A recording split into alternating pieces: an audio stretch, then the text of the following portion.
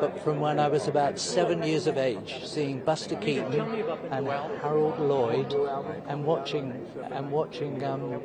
the truthfulness of their comedy. It was dramatic. What they did was dramatic, and you saw them fall, and Laurel and Hardy. But it's brilliantly done. It's absolutely brilliantly done, and you keep that inside you, and you analyse it. And the further you move on your career, to then work with Gene Kelly, and meet and work with him for months on end on Hello Dolly, I learned a discipline growing up. I learned to be brave. Like, you know, you had strength. You worked from the tips of your fingers to the tips of your toes, and that's where a character comes from, and that applied to the Phantom. So I made it hurt every night. It hurts to use the entire. It's athletic. And hopefully that gets through to an audience. What would you tell young artists coming up now? What would you tell young artists? Has it changed? To watch people like that and feel the truth when you're performing a part. Live it for those few minutes that you're playing it, or those few hours that you're playing it. Live those moments. Live that life of the lyric that you're singing. Live it. Understand. Brilliant lyrics by Sondheim. They should make you weep when you sing. They're amazing, and it's all American. So I owe you a great deal. Thank you very much. Thank you very much. Thank you.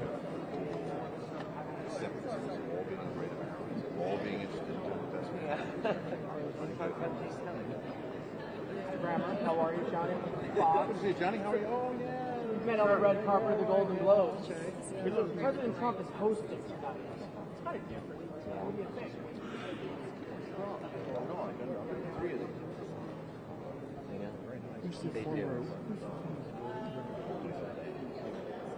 Hopefully you'll do the YMCA at the end of it. Does it better than anybody else. Yeah. Now you're in Hollywood. There's a former winner with the fuzzy around his neck. Is on the naughty. The guy standing there, glasses. Is that Arturo Sandoval? It could be. Yeah. I think that's Arturo Sandoval. You on the naughty list? There's several. Have you been naughty or nice? Always naughty. There you go. What do you want to tell Jesse Waters? You sent me here. What do you want to tell him? Well, I enjoy being part of his world. Thank you so much. We got to stop. I almost brought your phone. You are here.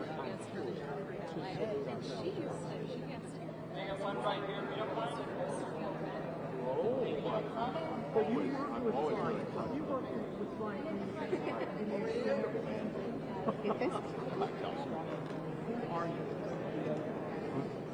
Oh. Yeah. Who's here? Shoes? Thank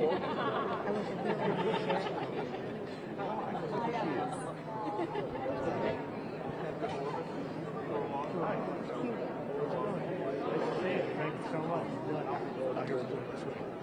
So, when you read or saw the video of the president having this new outdoor sound system at the White House, and he blasts Phantom of the Opera on Fridays right now at the White House, what was your reaction when you can hear it all the way out into the park? I rang everyone I knew and said, "Watch the news! Watch the news!" It was on the news in England, of the recording that we made, and you could hear, and it was mind-blowing. I mean, it's not something you would ever think would happen to you. That the President of the United States was playing your music, and it was on the news, coming out at the White House. So extraordinary. So it's. I really appreciate having him appreciate the music. Now, when you spent a lot of time with him last few days, what's your take on how he's leading the country? Are you supportive of the job he's doing? I've no idea. I'm not here politically. I'm here as an artist, and I love the Kennedy Center has always done a good job, and it's been an institution which I hope now is continue, and so much more investment we hear is going into it, so it'll be even better. Yeah. The pandemic took a toll on Broadway, as you know, and just live theater. What needs to be done to bring it back and put more bodies in the seats? Well, I think COVID was the turning point, so who knows? It's the same all over the world. It's taking a long time for people to come back, to want to travel a certain amount of distance to go to the theatre. So it's been very damaging. You know, I haven't worked since COVID. There's not the same demand for larger shows, large musicals. Disney is still doing stuff, and that's admirable. And there's a great new show called Paddington Bear in London. Arturo. Hi. How you doing? How you doing? How are you? Arlene from Reuters. Hi, how ¿Cómo are you? estás? Un placer. So here we are. Lady first, man, come on. Lady first. Thank you. Yeah, go ahead. First, could you just talk to me about what it means to have your music here as part of this? Actually, it's not my music. I'm going to play for his brother, Sylvester Stallone. I'm going to play the theme of Rocky. Gonna fly now. Gonna fly now. Yeah, that's what I'm going to play for him. That's so exciting. Yeah. And what does it mean for you to be here? Oh my goodness, I got this last year, Right. December 8th, 24, and it's a huge honor, you know, especially for the guy. I came from the countryside, the island of Cuba, and I was a kind of a hopeless kid, you know. And when I get to this country, God opened so many doors for me, and I'm so grateful to the U.S. I love this country like nobody. I'm going to talk to you. I'm Cuban. Nobody's perfect. My father's from Caracas. My mother's from La Habana. Wow, we grew up in Artemisa, a little village in Pinar del Rio, you know. And my father was a car mechanic, and we were so poor, you know. And then the music saved my life, and I did one album in Cuba. Since I'm in the U.S., I did 49, 30 nominations, 11 Grammys. And what, Kennedy Center Honor and Presidential Medal of Freedom. and when you look at the Cubans today, the ones who are coming over now, I cry. The people are starving, struggling, and hopeless, which is the bottom. When you feel completely hopeless, you hit the bottom, you know, and it's horrible. So it's 67 years of dictatorship, with no freedom, with no respect or any human right, with no election, with no nothing. The whole cities are full of garbage, tons of garbage all over, and it's a lot of virus in the country. A lot of people are dying in the daily. Unbelievable. It's something so horrible. You know, it's one of my biggest dreams to see Cuba free again. and what is music and what has the United States opened? ¿Qué puertas se abrieron en los Estados Unidos con su Everything. música? Everything. I just get here. I start teaching in the university in Florida. Florida, I have to making records. I got all kind of recognition. I wrote a lot of score for movies. I wrote the last two scores for Clint Eastwood, The Mule and Richard Jewell. I cannot ask anything else from God, because I think I've been so blessed, extremely blessed. And my family, my son here with me, is very successful graphic artist. By the way, he just flew today from Miami, from the Art Basel. He got his own place in Art Basel for many years, and I cannot be more happy. I celebrated 50th anniversary, wedding anniversary with my wife. I'm blessed all the way. Thank you so much. Thank you. Okay, sir. Yes, sir. All right. How are you? Good. How you doing? Congratulations. Associated? That's associated. Christmas is coming. Has President Trump been naughty or nice to you? Well, I care about America being strong and being able to protect ourselves, and we need to find more ways to get more wealth to the middle class and blue-collar people. And I think we're doing things now in America to hopefully create jobs and get more wealth to the lower half of our community. Have you been naughty or nice this year? Thank you. Frank, how One are you? more thing at the He's been FIFA. nice. You've been nice this year? She is the best person. What'd you say? I was just asking you about the FIFA event that you were at. Trump said there may need to be a name change for the NFL because of football. What do you think of that whole thing? American football. I'm going to let the experts deal with that. Football to me is American football. Get on the other. Thank you.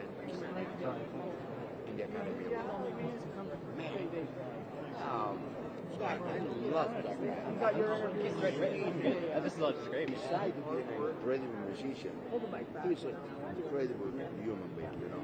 And play with him and play for Stallone. We share something in common because we smoke cigar, the same kind of cigar, Arturo Fuente from Dominica. He's very close to Carlito Fuente. And Carlito's my best friend ever. No, we're kind of. I know. Everybody's mics are kind of. It's okay. No, sir. No, because I don't want to help the dictatorship in any form, in anything. Besides that, you cannot compare. Arturo Fuente cigar, the very best in the world. They have no competition. No competition. And Carlito is very close to Sylvester Stallone. And I met him 2 or 3 times together with Carlito in those events, you know, the cigar event. I'm going to be so happy playing for him. And it's a version of Maynard Ferguson, who was a dear friend, incredible trumpet player.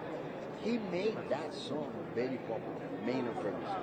And that's the version I'm going to play, Maynard Park. Oh, I'm on heaven, man. I can imagine. Thank you so much. Thank you. Thank you. I think I finished already. Nobody interested. How are you? I'm doing great. Oh, the AP. How I'm are the you? AP. He's AP. I'm Reuters. Yep. You're Reuters? Yeah. Okay. So we'll start here. How are you? I'm doing great. All I'm right. happy to So be here. here we are at the Kennedy Center. Quite a diversity of inductees from rock bands to Broadway stars to disco stars, Disco. country, and of course Rocky Rambo. It couldn't get more American. It couldn't get better. I mean, America's where disco was founded. America's where country western and country music was founded. Rocky. I mean, can you get any more American than that? And Kiss, the rock and roll era, and probably one of the greatest rock bands of all time. So I am so excited. And then theater as well is included in there. I'm so excited. I think it's a great class of inductees, and I'm really looking forward to hearing tonight the music. Now tonight's host. What are your hopes for tonight's host, and what do you think he's going to be able to pull off? And who are you talking about? I'm talking about the president. President Donald J. Trump, the chairman of the Kennedy Center. Well, he is the master of communication. He's the master of the arts. I mean, President Trump loves the arts. This is why he said, when he saw what was happening to the Kennedy Center with fiscal mismanagement and allowing this beautiful building to fall apart, he said, we can't let that happen. We're not going to let that happen. And he worked really hard to make sure that money was made available to rebuild this and make sure they fixed it and brought it up to par and get it in its fiscal house in order. So I think tonight we're going to see an incredible statesman and an incredible showman at the same time on stage. And then my last question is, obviously, at the very beginning of this, there was a change in programming in what was considered, say, family-friendly or family whatever. What are your thoughts on, as we move forward now, to how that adjusts and the type of content that does come to the Kennedy Center? I'm not sure what you're referring to. What I'm saying is that like there was some stuff that was no longer acceptable at the Kennedy Center. Well, I mean, nobody is into garbage, DEI, LGBTQ+, all of that stuff. Nobody wants that woke stuff. It's not entertaining. You want to see how the movie industry's been ruined in Hollywood by pushing and forcing down our throats this woke garbage. And the Kennedy Center said, we're going to bring in amazing art. I know that people in the media are shaking their heads and shocked by this, but I'm telling you, the American people don't want it. And I know Reuters is offended that I just said that. And Reuters they want the woke garbage, but we want arts that are just entertaining and not trying to force an agenda down our throats. And so I'm looking forward to it. But there's something probably in between those two that is acceptable. We don't want woke garbage. We want entertainment, arts, beauty. Okay, thank you. Did you like woke? Garbage, PC, woke garbage? I think that's up to the beholder to understand what it is. You're right. Beauty is in the eyes of the beholder, right? And you can tell by the amount of money that Hollywood is losing at such a rapid pace. They're crumbling right now, that nobody wants the woke garbage. And so thank God Ambassador Grinnell came in and said, we're not going to do that. We're going to push some of the great arts, and I think we're going to see that tonight. The class of inductees are not woke. They're not about LGBTQ+, i.e., DEI, none of the alphabet stuff. They're just about entertaining the audiences and being excellent at the craft. Do you disagree with that? I don't disagree with that, but I disagree by just saying that someone's LGBTQ, that would mean that's not acceptable. Are you kidding? The arts, LGBTQ, there's a lot of people who are that. But it used to be that there was just entertainment. It wasn't political. It wasn't trying to shove an agenda down our throats. And I know that the AP and Reuters, I can just see Reuters, she's over here practically crying her eyes out because I'm saying all of this. But the fact is, the American people are the consumers of this, and they want to be entertained. They don't want to have a political agenda pushed at them. They don't want LGBTQ+ trans, DEI. They don't want that garbage. They want to sit when they spend their money and be entertained. And we haven't had that for the past several years. And I think Hollywood will come back when they realize that. So I'm looking forward to tonight. There's nothing PC about Kiss. They just put out great rock and roll. Nothing PC about disco. They put out great music. Nothing PC about George Strait. He put out the greatest country music ever. And I think this is just an incredible evening where everyone's welcome. Everyone's coming together. We get to put aside our differences. We get to let our mind be free of any political differences we have and just enjoy the arts. I'm looking forward to it. Thank you. Thank you. Hey, Chris. Hi, how are you? How are you? Nice to see you. Good, nice to see you. So, where you from? From Shutterstock Okay. Video. So you're gonna see tons of lawmakers, tons of politicians tonight. What's your message for them? Anything that is in your wheelhouse? Any issues you're concerned about? 100%. Well, Chenille and I were a little blessed to have 3 beautiful children, but our first child, Johnny Christopher, was born when he was 20 months old, had pediatric cancer. So we've dealt with that for over 6 years, pediatric cancer, and 1 child every 2 minutes is diagnosed with this disease. I know President Trump has been working feverishly on trying to put more money towards pediatric cancer and other childhood life-threatening diseases, and that would be my message. We can never have enough money for our kids who are dealing with life and death and should be dealing with what to play with.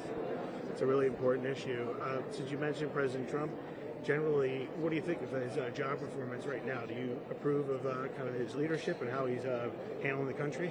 I think what he's doing in a lot of ways is fantastic, and I'm really excited to see where the country goes and how his policies are going to affect us, hopefully in a profound, positive way. Thank you so much. Thank you so Mr. much. Angel, Yes. how are you? Hey, Johnny, how's it going? how are you? Good to see I'm you. a big fan of, your boss. Thank you so much. I'm a big fan of him too, I think. Yeah. Well, come on in. Yes. Before I get to you, Mr. Angel, what are you wearing? This is gorgeous. Philip Klein, and who are you wearing? Well, this is actually my costume shop made this for me, and this is based in all of my tattoos that I have. Jesse Waters, I can get you one. You can do all of your tattoos. But you don't have tattoos, Jesse, but we can get some. Have me on your show, Jesse. What are we waiting for? I'll do some magic for you. Can you make him disappear? For enough money, anything is possible. And then you could take his slot, but I don't think you can fill his shoes because I can't feel Paul Stanley shoes. Look at those shoes. Look at those shoes down How are you? there. John Kersey. All We right. were spoken our Thank you studio. so much. AP. I appreciate it. How are you? Congratulations. Thank you. How does this feel? It feels like a dream. It's incredible. It's a dream come true. And because, as I said before, I've seen the people who have gone on before me. I've admired their talent, and to be counted among them is absolutely incredible. And I'm just floored. Yeah. Thank you. Congratulations. Thank you. What Thank does you. this mean to you? It means to me that, can I say I've arrived? Yeah, I think I've arrived. I think you could already arrive. Yeah, well, I mean, but to be recognized in this way is like the pinnacle. And I'm so incredibly happy and honored and excited, and yeah, it's great. Thank you, thank you, thank you. Hi, Gloria. Hi. Congratulations. Can I ask one more question? Mm-hmm. Your music, your song is an anthem of strength Mm-hmm. to people, to women. Yes. What does it mean to you that you've become that symbol of strength, and how has that been part of your life? It means to me that I am fulfilling my purpose, and I think that's something that everyone hopes to do in their lives, and I feel incredibly blessed that I'm able to do that, because not everybody realizes their purpose and are able to accomplish it. And so it feels like an accomplishment for me, and to be honored for that is like makes me happy beyond measure. Giving people hope. Yes, absolutely. Laura, I'll see you on the So, Gloria, I read many reports about since 2023, you've done a lot for Republicans. I was wondering why you support the Republican Party. I Can you support explain a people little bit? who help people, period. I don't care. I don't care about that. Thank you. Gloria, we're going to keep taking you down the carpet. Miss Gaynor, how are you? Johnny from Fox, how's it going? Well, yes, I am wearing. So my favorite song is "I Will Survive." So now, when President Trump got elected, the first Democrats, they were afraid, they were petrified. How are they going to And you survive? are allowed to tell them what you're doing in the show. We're just not telling the honoree. Okay. So here we are. Who are you wearing today? 51 years ago. 50. Next year will be 50. Yeah, okay. Hear a little "I Will Survive."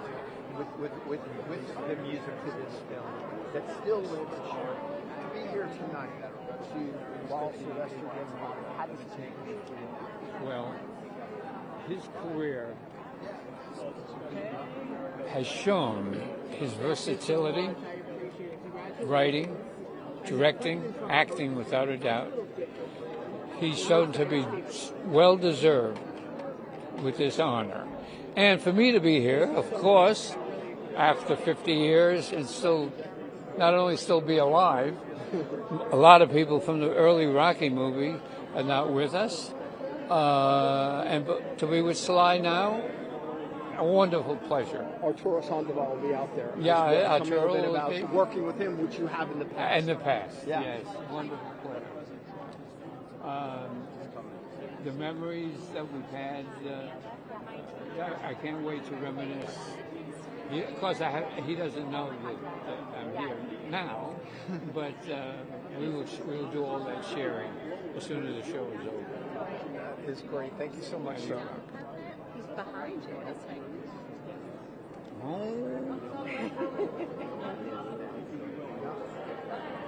I'm going to run into him. I'm going to run. Secretary Virgo.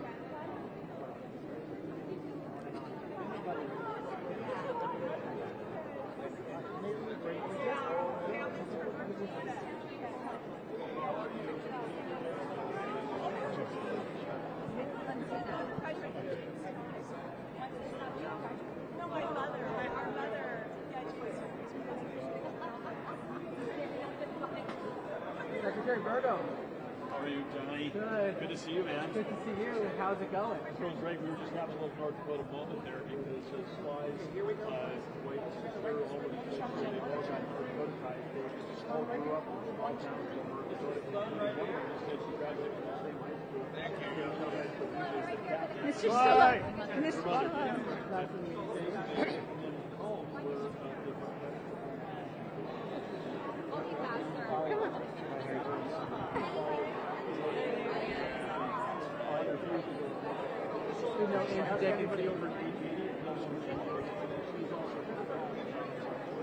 That's amazing. Now, which cabinet? No. Roma. I'm just going to get one, right? We will. Yeah, thanks. Roma.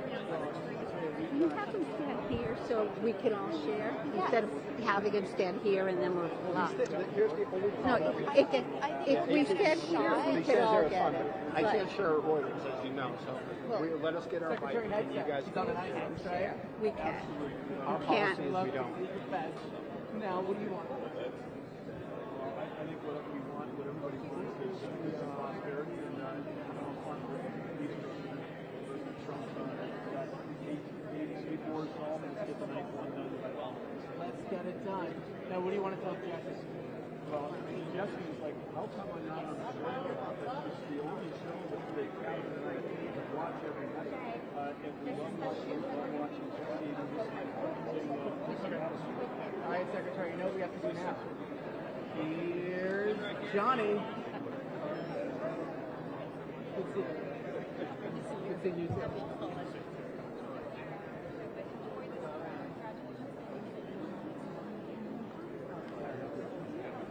Mr. Stallone. Mr. Stallone. Mr. Stallone, can you tell us? Mr. Stallone, congrats.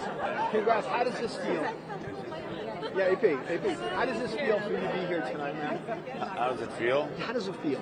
Well, you know, it's kind of like being in the eye of a hurricane. You're not sure yet until you're able to analyze it.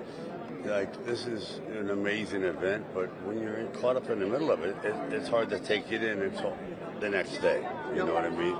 But I'm incredibly humbled by it. It's been quite a journey, what it took for you to make that film after as a struggling actor and all the things you had to do. To be here today, looking back on that struggle in making Rocky, how do you feel? Well, it's interesting you say that because I've never been goal-oriented, ever. And a lot of people are shocked when I say that because you just do what you do. And I thought the Rocky, the one thing I have in common with 99% of the world, we're all underdogs. I mean, we all start out as underdogs.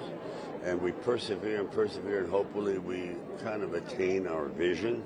But that's the one thing that really, I think, was the key to Rocky, is that you didn't have to be a white collar, blue collar. Everyone related to the struggle. Well, that's particularly American, isn't it? We say that, but it is American. It really is, because we came in fighting. Let's face it. You know, since the Pilgrims landed here, it's been an uphill battle. So yeah, we're very relatable to struggle. The film captures that fight, which I think is part of its narrative. I know, but it wasn't like an obvious ploy. It just happened. You know. Thank you, guys. Appreciate it. The president, Mr. Stallone, the president had such, is so, he really finds so much emotion in your work and so much inspiration in your work. What does it feel like to have the president of the United States? It's the ultimate, but it's one thing that we have in common. Even though he's been incredibly successful in his life, and we have, there's still a portion of us that consider ourselves underdogs. We're not completed works of art. We still have a long way to go to be really self-satisfied with who we are. And it's an ongoing struggle, and that's what I think kind of blends us together, at least in my career. Are you satisfied with who you are right now, or is there something left? No, we got to work on the paint. We got to work on the outside a little bit. Yeah, I am to a point, but the satisfaction comes in the admiration of others. If you're admired, then you should be sort of satisfied with yourself. Like the fact that I have an amazing wife and children, and that's where the admiration comes from. In the beginning, whether actors like to admit it or not, they need the love of strangers, the admiration of people in the dark, the audience. But as you grow older, you realize you need the ones that have been with you throughout the struggle. And the audience, though valuable, they come second. What did you tell your wife when you won this award? Oh, I told her how much I loved her, and that she's my award. Thank you. One last question. We're going to go behind you. Last question. You described President Trump as the second George Washington after the election. Yeah. How do you feel now? Do you still feel that way? Yeah, I do. I think he's an extraordinary man. This is the toughest job in the world, and it's really easy for people to be critical, and I get it. I mean, you are, because we're dealing with tremendous confrontation around the world. But I still, and I said it last night, I think he's an extraordinary human being. The one thing that people don't realize, and I've known him for 30 years, he's very, very gracious. Like, he'll remember your kids' names. He'll call, like, during a serious situation, he goes, "Oh, how's your mother? How's she doing?" You know, little things, and no one knows about that. That's why the fellow I know is quite different than the way he's reported about. But I like the man a lot. And you spent some time with J.D. Vance at that reception. Yeah. Do you think he would be a good person to succeed the movement that Trump has started politically? Oh, without a doubt. I mean, he's really an elegant man. His wife's amazing. Kind of like my wife over here. Come here, beautiful. Come on, my love. Yeah, I found him to be very elegant in his demeanor. He was quite humbling. Not humbling, but he was quite generous in his words to me and to my family when he didn't have to be. I didn't expect it. So there's something about when you look at a man eye to eye and just you can feel it, whether they're real or whether they're trying to be posturing for a different idea. But he's authentic. I mean, look at the book he wrote. Talk about humble beginnings. All right, guys, thank you. Are you okay? This way? Are you okay? Because some fans are concerned about you when they saw the video of you with the king. No, How are you I'll doing? tell you, because I've had 8 back operations. I have 1 more going, and it adds up, you know. It's just, oh, you again. Excuse me. Thank you so much. Blessing offer. Thank you. Performing tonight for a Sylvester Stallone tribute. Thank you. You ready? Hi, yeah. Okay, Hi, this is how are you? Arlene from Reuters. How are you? What's your name? Arlene. Arlene, good to meet you. Nice to meet Likewise. you. Can you tell me what you'll be performing today? We are playing a couple of pieces that Bill composed, and I'm on piano playing with the orchestra. It's awesome. And what does it mean to you to be here today? Listen, I love the arts. B, I've played the Kennedy Center a handful of times. And also it's Rocky, and it's George Strait, and it's, I'm just honored. Yeah. But you said you're playing for Sylvester Stallone. I'm playing a couple of the pieces actually from the Rocky movies. And what do you think of the movie? Love. I mean, you just hear "Bah, bah, bah," and it's over, Yeah. You want to run the Philly stairs, everything. Thank you. Absolutely. Okay. Blessing offer. Oh, you need anything? Oh, you're performing for Sly. Yes. Oh, awesome. So, Bill Conti. Bill Conti. Yeah. Tell us Carrie about Whitlock, she's Rocky. performing this evening in the Michael Has it Crawford had such segment, if you'd like to wonderful- see. After all these Tell me years, what it means Mr. to be Stallone, here. obviously he's the star, but from your perspective, because you're young. Well, I'm actually singing from Hello Generation to generation. So we're honoring Michael Crawford, and I'm just, this is an opportunity of a lifetime. And I'm so thankful to be here to celebrate him and his lifetime, his legacy, his career. And he really paved the way for those of us who came after him and got to do musical theater on Broadway and in New York. And so it's very full circle. I'm really, really thankful. And I'm excited to sing it to him as well.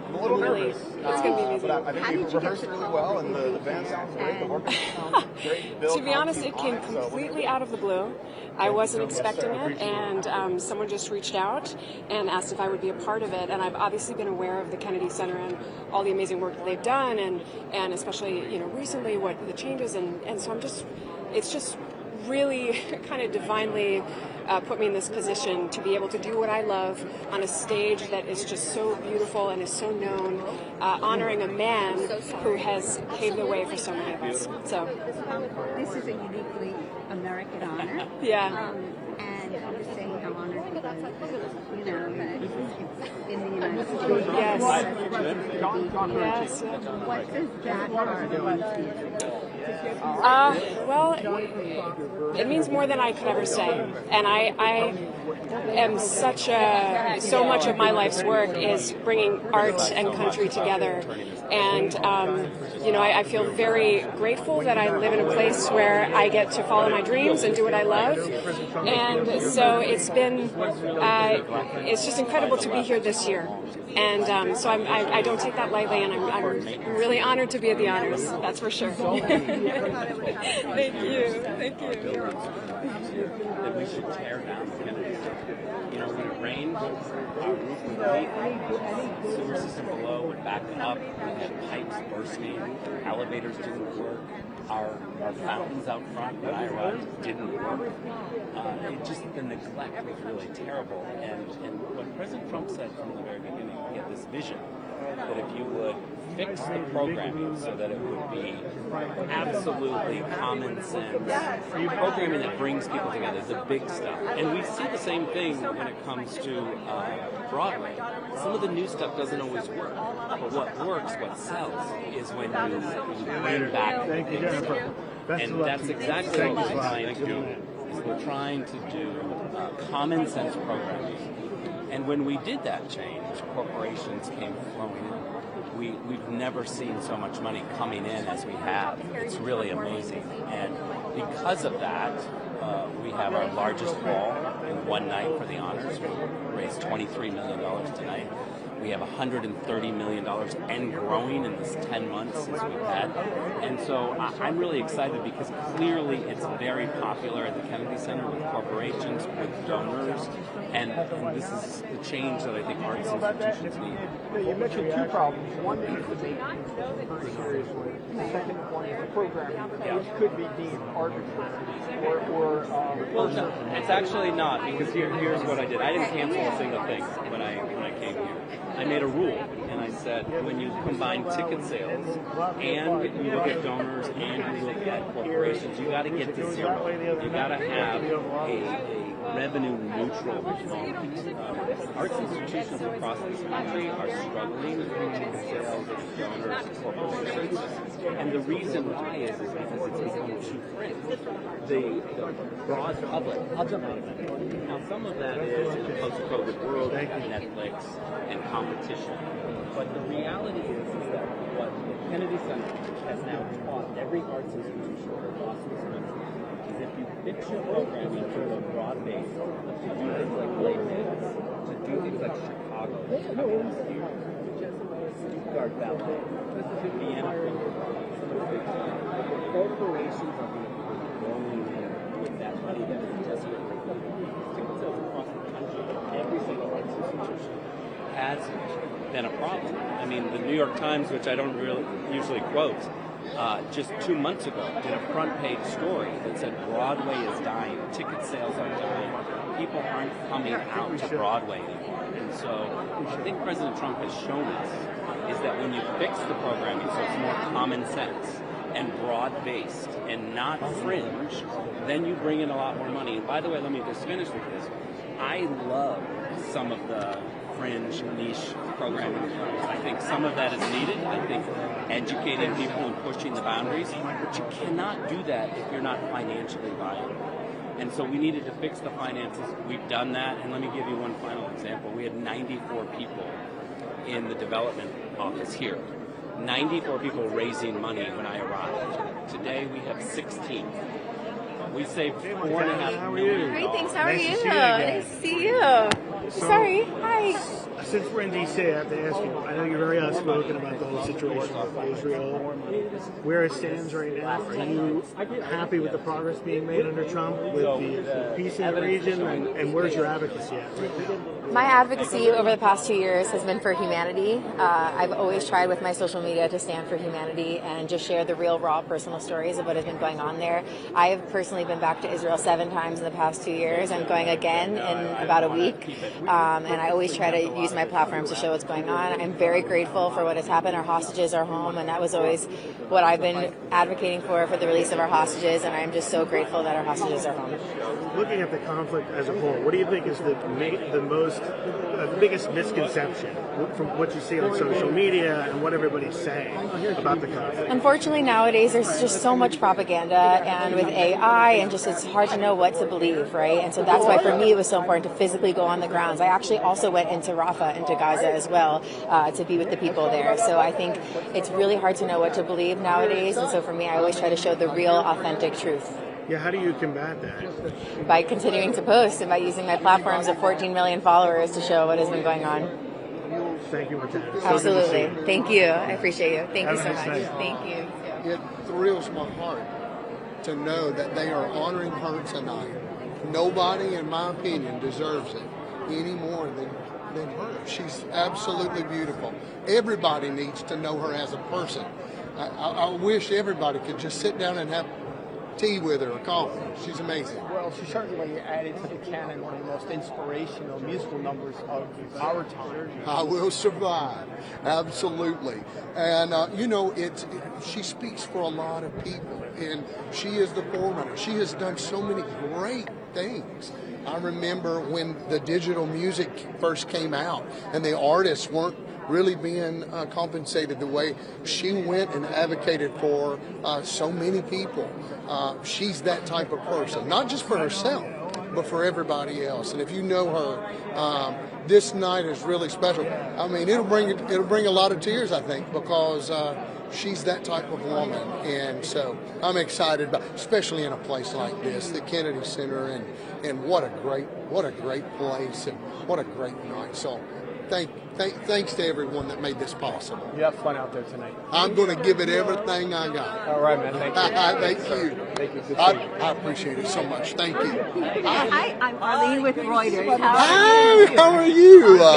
Good. You'll be performing for Gloria Gaynor. I am. What will you be performing? I'm going to do it. So she did a gospel record that she actually won a Grammy for. And I got to be a part of that record. We did a couple of numbers together, and also we wrote a song together. And so I got to know her. She was, of course, she lives in New York. I was playing Carnegie Hall, and we started on Twitter just talking back and forth, and she said, I think I'm going to come out. And so here's what I did. I let her know that I was going to be there, and I'd love for her to come out. And she came out, and she said, I've never played Carnegie Hall before. It was a bucket list. I'm like, so we became friends. We talked. We got, and so anyway, this record, I'm going to be doing a gospel number that we did on there, Precious Lord, Take My Hand, and then we're going to do a song that she wrote that we're excited about. I'll just come out and sing a little bit of that, talking about Jesus. Can you give me just one line that you're going to sing? Oh, sing a little line? Okay. Hear my cry, hear my call, hold my hand, lest I fall. Take my hand. Precious Lord, lead me on. Which number? Thank you so much. Thank you. And she, I was talking to her a little while ago, and I said she gives hope. Oh, she is that. And you feel safe. When she starts talking and when she starts, speaking to you, it's just like it's almost like she's a minister in such a way. It's like she gives you comfort, she gives you hope, she gives you all of those things. She makes you feel comfortable, safe. And I think it's got to do with the relationship, the spiritual relationship that she has. Thank you. Thank you for having me. Look at this. Who are you wearing? Oh, I'm wearing Remac. There's no one else to wear other than Remac, my friend. But let me tell you something. Tonight is all about America. Tonight is all about President Trump bringing together the best talent and bringing us all together and recognizing that music is something that has a commonality. And we all love it. We all enjoy it. And this is about the energy that the president brings to America.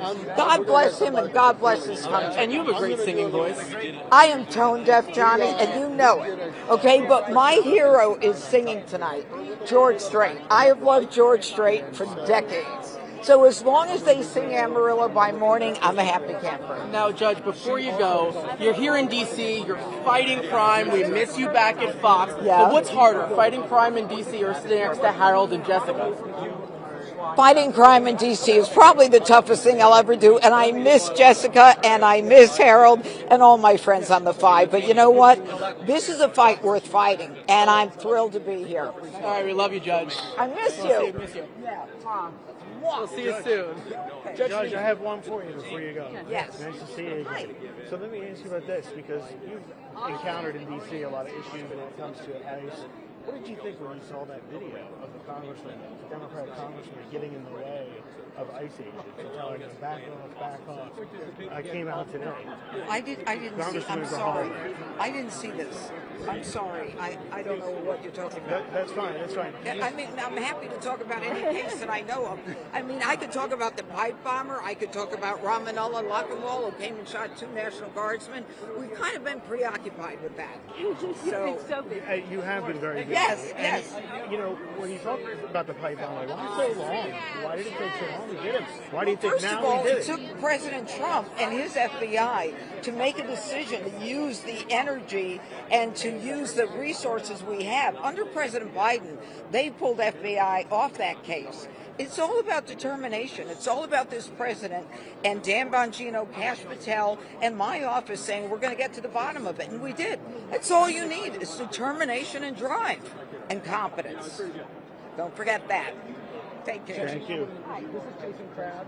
Hi, how are you? This is Shelley. Hi, Shelley, how are you? 2-time Grammy winner. Oh, thank you. So it's an honor. How are you?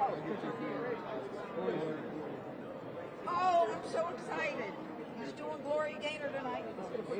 Oh, sure. I don't want to get in your way. Hey, Brett. How you doing? Very good. Good to see you. Good to see you. So much. We met him. I don't think we've ever met. You guys. Hi, Johnny. Nice to meet you. Nice to meet you. If you want to come over here, I'll grab you. How we doing? How's it going? Thank you for all you do, my friend. Yeah. He has one special for you. Oh, good. Yeah, we prepared for this. Oh, wow. So I'll start with you, Amy. Amy, who are you wearing? You look gorgeous. I love it. Now, Brett, Jesse wants to know how many vacations. He says you're always off. Yeah. That's really nice, Jesse. How many vacations do you have? He wants to know if you're improving your golf game. Is that why you're so good at golf? I am actually improving the golf game, one stroke at a time. I'll take you out. We'll do some practice. Has Jesse been naughty or nice? Let's see. Depends on the day. When it costs us to be live, Pretty naughty. the white flag. All right, what are you looking forward to the most today?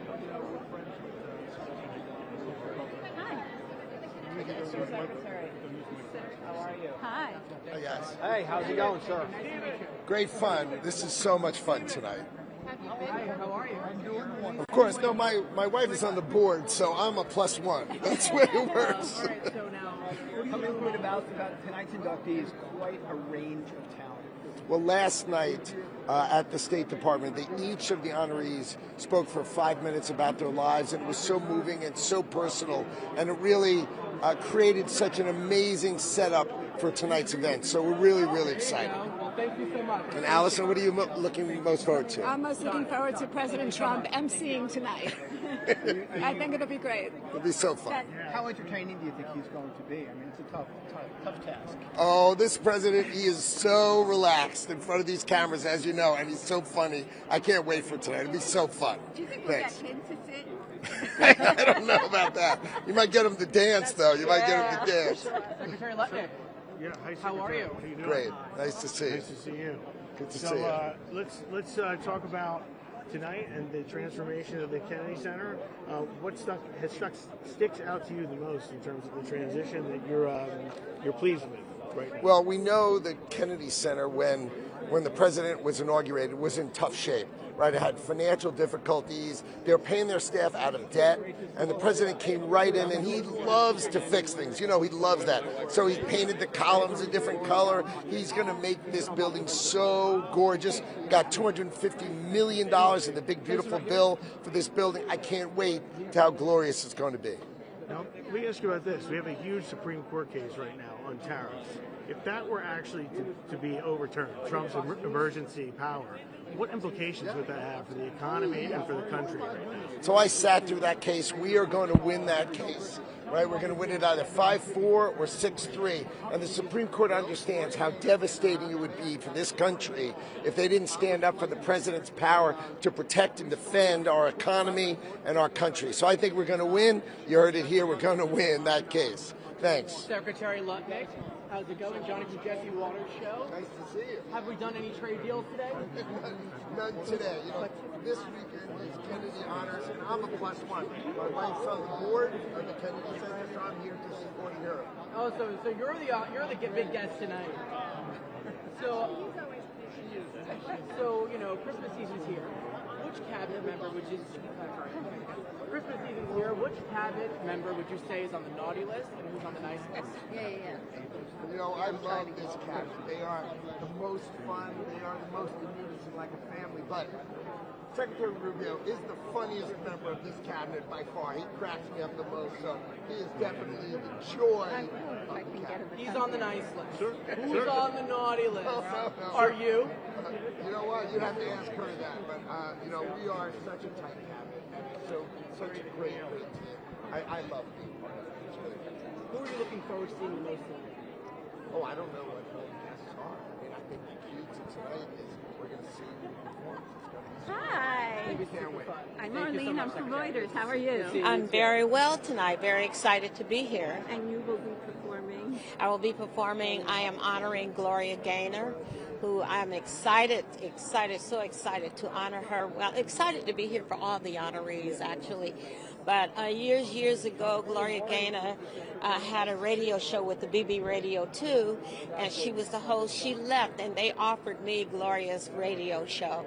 And I couldn't believe that I was meeting with her, talking with her about the radio show, and just a tremendous talent. And I Will Survive is the theme song for so many people's lives. You know, we're going to make it. We'll be good. So it's an honor to be here. Thank you. You know, he started with the columns outside. He's raised $250 million for the Big Beautiful Bill to 8 his buildings. I know who that is. Those two. They have a different height. They have a height challenge. They're up by like 2 feet. There's a couple. 6'5". It's like Brad and Christian. Arts and sports. He's so cold. This building is great. So, you know, right, it just doesn't work. Now he's going to make it beautiful. Tell me what you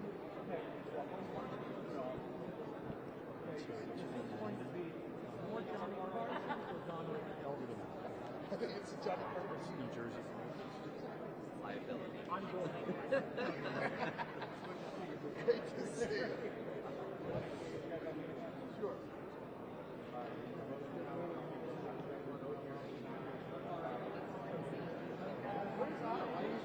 She'll be down here.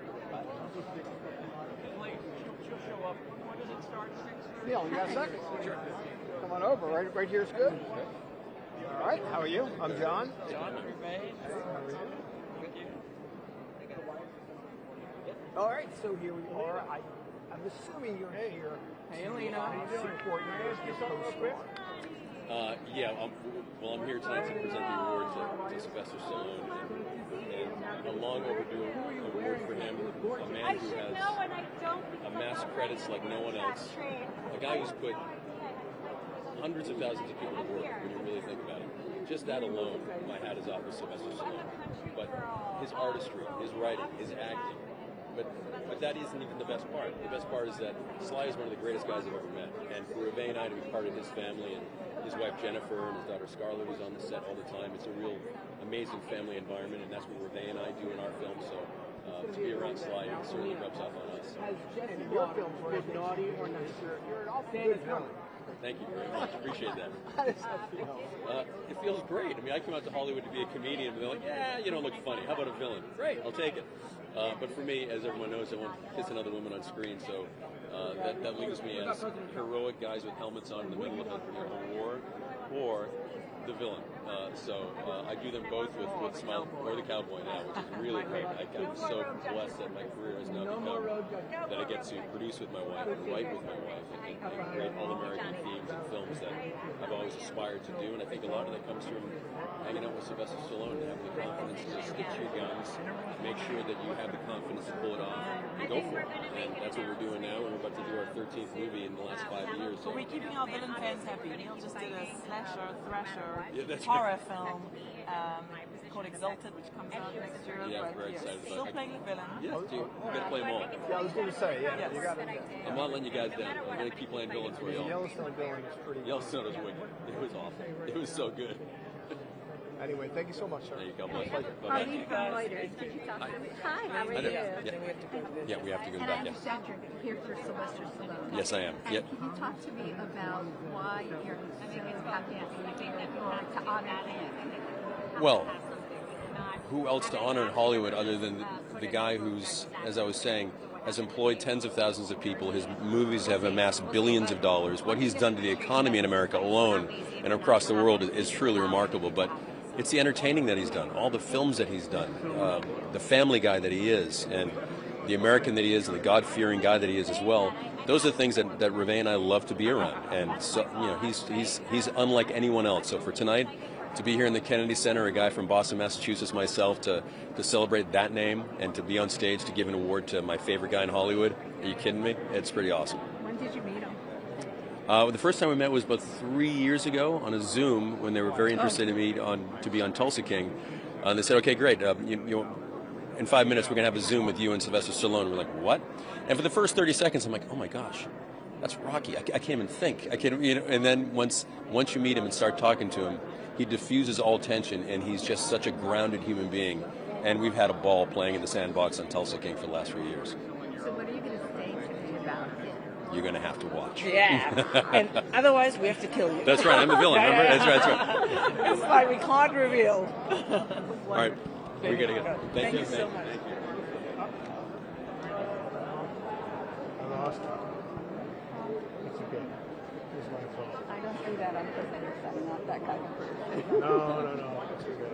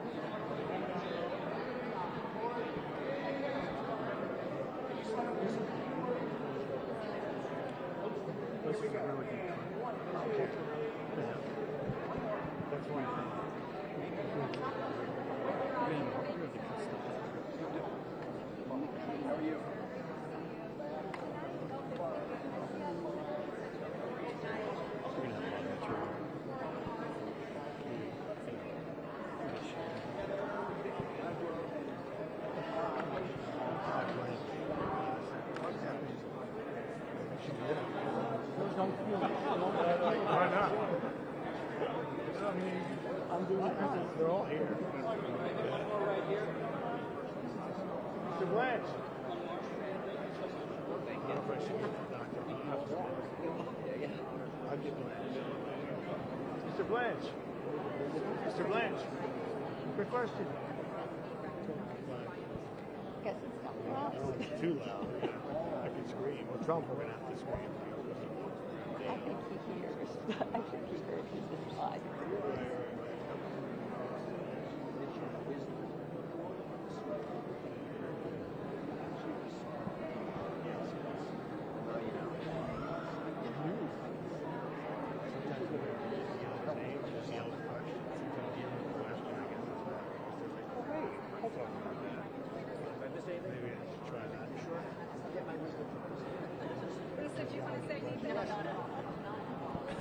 Dr. Oz?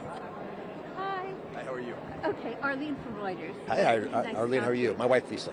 Hi. Wife of 40 years. 40 years. Best thing I ever did. She should be getting the award. Well, I'm telling you, I was offering He it to is her. my award. Aw. So here's my question. When I look at some of the people who've been awarded today, it seems to be that their message is hope. We have I Will Survive, we have Rocky, we have, you're a physician. How does hope, how does inspiration, how does that fit into people's well-being, and what does it mean for that to be what is being rewarded here today? Arlene, what a beautiful question. Our biggest enemy in illness, but also in America, is nihilism, when we actually lose hope. And when you see Rocky, who happens to be my neighbor, and you see Sylvester Stallone in a private setting, he just gives you hope at every level. Now, he's funny as stink to boot, but he also is uplifting because his vision is a pretty simple one. See what you want to do. There's a fine line between vision and hallucination. Others have to see the vision. In order to bring it to life, you have to work hard. And I think that's sort of the message. If we work our tails off and we have confidence in ourselves and that there is some destiny that we could all achieve, it gives you hope that you could do anything. If Sylvester Stallone can do what he's done, we can all be superstars. It's not because he's normal, it's that he normalizes success. We heard that from we had Gloria Gaynor with I Will Survive. Arturo Sandoval flew here and talked about his Cuban childhood, and how, the U.S. gave him opportunities. What does it mean that the United States at the Kennedy Center is recognizing that? Well, Gloria Gaynor is a wonderful example. You have a passion for doing something, maybe a gift, but it doesn't go anywhere unless you're actually willing to roll up your sleeves and engage life fully. And if you look at all these artists, they have that confidence that this country offers you unparalleled abilities to excel. When my father came here as an immigrant back in the 50s, he saw what later Ronald Reagan described as the shining city on the hill. That's ultimately what they're giving us. They're showing us that anybody can walk up to that hill and be recognized, in this case for their excellence, but by doing that, they're actually pulling us up too. They're saying to all of us, wake up. You have destiny, you have opportunities. You're put on this earth for a reason. Live up to that. Have agency over your future. And that's what the arts do too. Well, the arts waken you in many ways. And as a scientist, I'll say, much of what's happened that's breakthrough in science first happened in art. Art opens our eyes, gives us epiphanies, awakens us to some deeper realities so that science can finally actually move in the right direction. It aims us. Dr. Oz, we'd love to ask you, since you're the head of CMS, what's happening with the Obamacare tax extension, the premium subsidies? What do you want to see happen, and what are you hearing from people as a result? I want Congress to debate it robustly and come up with some ideas that we can all accept as Americans. And I'm hearing better and better ideas coming out of Senate and the Congress, so I'm excited about this week. I think some of those ideas will be recognized more publicly. God bless. The vaccination changes, are you in favor of those? I'm supportive of kicking the tires. You know what do parents do? They put their kid in the car seat, but then they double check it's okay. It's not because they don't trust the seatbelt or the car seat. They want to just make 100% sure. And what these experts told us is hepatitis B vaccine works and it's very effective.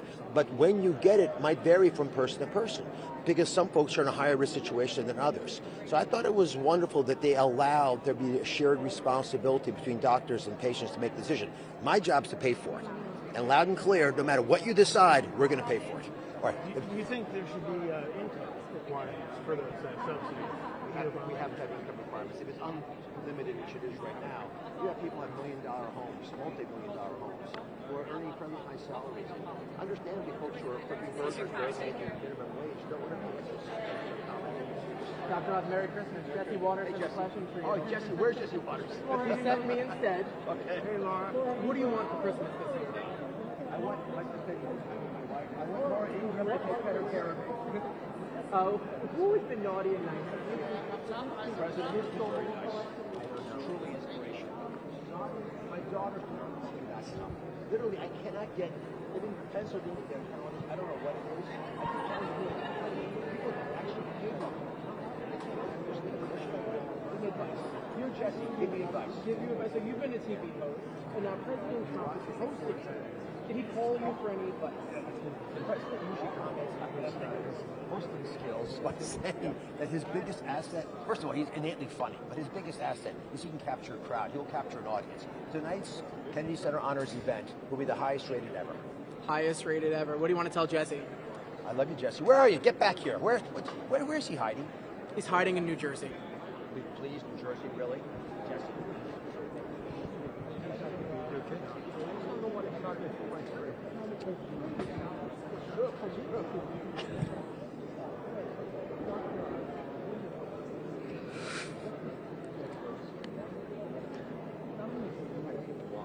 Who's doing it?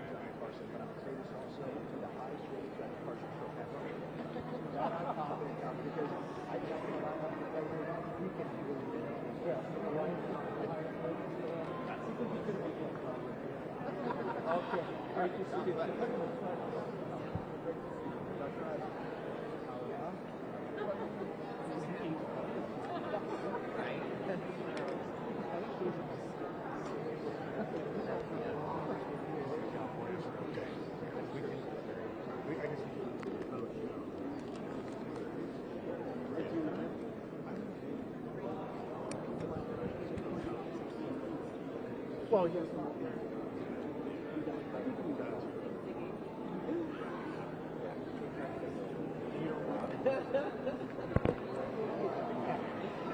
Okay, cool.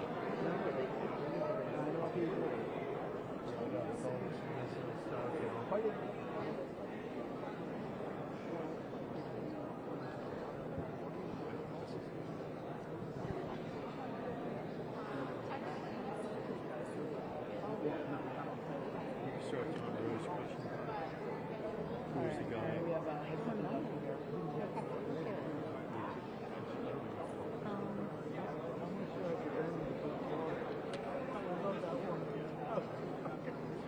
I keep looking at it, I'm like, it's the only one. I think it's in the desert. It's the only one. I forgot. I remember everything else but the water.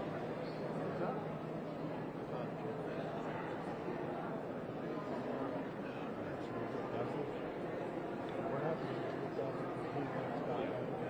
Want me to get back in? Well, let's just not go. Okay. I can call. All right, let's see. You're right. You're right. Right.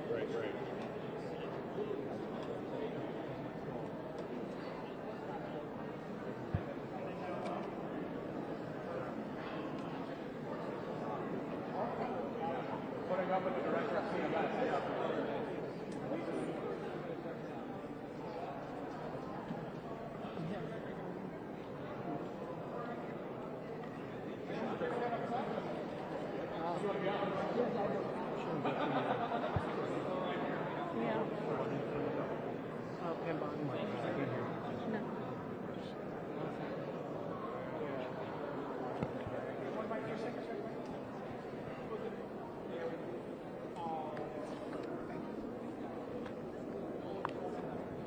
Mr. Secretary. Secretary Duffy.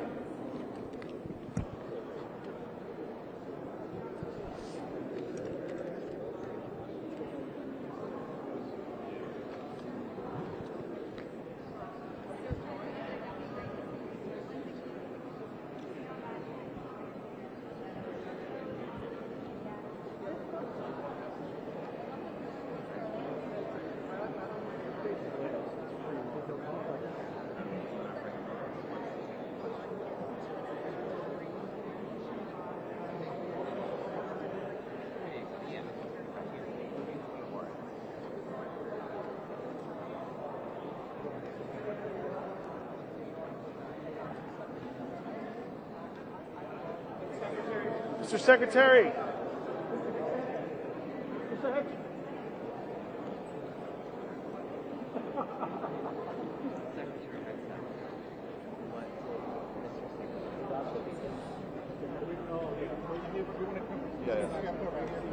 Secretary Head says. Mr. Secretary. Mr. Secretary. No?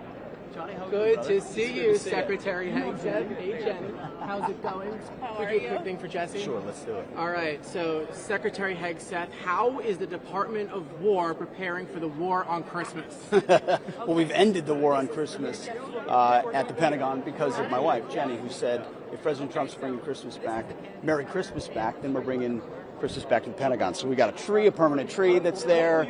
We're saying Merry Christmas. We're recognizing what the reason is for the season. We're doing a worship service. So Christmas is back at the Christmas Pentagon. is back. Now, which cabinet members are on the naughty list this year? Oh, my goodness. Probably me. It's always me and RFK here and there. Certainly not Marco. Certainly not the vice president. And certainly not a wonderful list of females in the cabinet. I mean, Brooke and Pam and Kristi Noem, and we got Tulsi. They're the best. What are you getting Jenny for Christmas? I can't. If I told you, I'd have to kill you, John. Uh-oh. What do you want to tell Jesse? Jesse? He's doing a phenomenal job. We He's on the appreciate naughty it. list, though. Well, he's perpetual naughty list. So are you, by the way. Tell him he's the best. We appreciate you guys. Doing a great job. Thank you very much. You got it. How close are we to a land strike in Venezuela, Mr. Secretary? How close?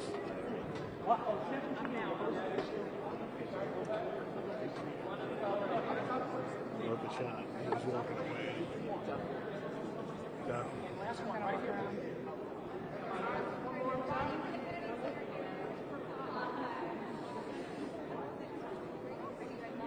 Secretary Duffy. Yes. Hello, John. By the way, well done. Yes. Thank you. Thank you so much. People weren't dressed up.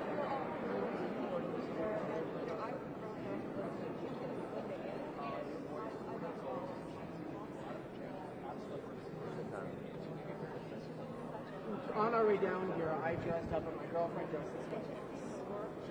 Shameful. I told her.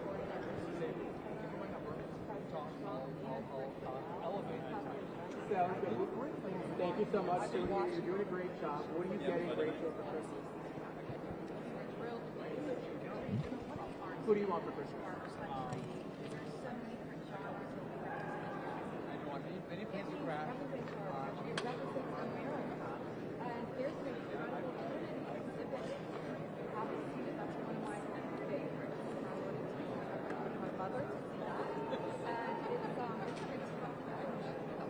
Are the guys going to be here for San Barbecue?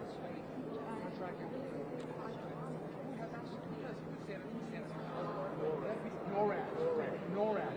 I think the FAA should check it out. I'm going to take it back to NORAD. Wraps. Jesse Waters the naughty guy. He's a naughty guy, nice Jesse. Well, thank you so much. Have fun tonight. That's great. Concerned about travel after the toll that the shutdown took on the FAA. No, so concerned about travel, we make sure that the skies are safe, right? And if they're not safe, we will slow down traffic, which means you'll have delays, you'll have cancellations. But again, when a lot of people travel, which we're going to see this year, this Christmas. George Strait or Kiss? It's a tie, and it seriously is a tie, because I grew up in the 80s loving the band Kiss, but I am a diehard country music fan. So George Strait, I think my husband would kill me if I didn't say George Strait too. So I hope I get to meet George Strait tonight. I'm really looking forward to that. Have you met him before? No, I have not. I have not met him before, nor the band Kiss, so I'm very excited. But we have all sorts of And actually, I love Michael Crawford. And Sylvester Stallone. Well, and the iconic actors. Gloria Gaynor. Gloria Gaynor. See, there you go. Isn't it an awesome Yeah, it's team? great. It's a great team. We're very excited to be here. Very, very excited. So, and I love Sylvester Stallone's wife. I know Jennifer, so she's wonderful. So. I want to ask you something on a whole different topic. The National Guardsmen who were killed Yes. here in D.C. Thank Are there you. any plans to posthumously raise the rank to somehow honor the National Guardsmen who was here? So thank you for asking that. Sarah's family, they're amazing, and I don't know how they're handling this and dealing with the grief, but I'm going to I'll talk to the Guard about that. I know they have something special in mind for her and for Andy. I spent today with my husband in the hospital with Andy's family, and I can report Andy Wolf, of course, our guardsman who was shot, and he's remarkable. He's a miracle. I was with the doctors. I was with the family. He's a linesman full-time in West Virginia, and there were about 10 linesmen there from West Virginia with his family. Andy moves. He hugged his father last night. So he is making remarkable strides, and when he gets a little better, we're going to have him move to Walter Reed for his therapy, and hopefully he will be making a full recovery. So thank you for asking about them, and please, please pray for Sarah's family, and please pray for Melody and Jason Wolf and Andy's sister and brother and niece and all of his friends. Power prayer. Thank you all. Thank you. After the court ruling on the Epstein files, when can we expect the full files to be released? We're complying with the congressional deadline, and as you saw, a judge unsealed in Florida, of course, the rest of the documents, so that we'll be working on providing them as well. Hey, Jesse Waters has a question. I know. How are How's you? he doing? Good to Very see you. good. All right, I want to hear Jesse's All right, question. so, people want to know who's on the Epstein list, but I want to know who's on Santa's naughty list this year. Oh, there's a bunch of them. No, a bunch of them. No. Who's on the naughty list? Well, it's not my husband. That's a good thing. Which cabinet members would you say? Oh, on the cabinet members. Oh, this is fun. Let's see. Cabinet members. Bobby Kennedy.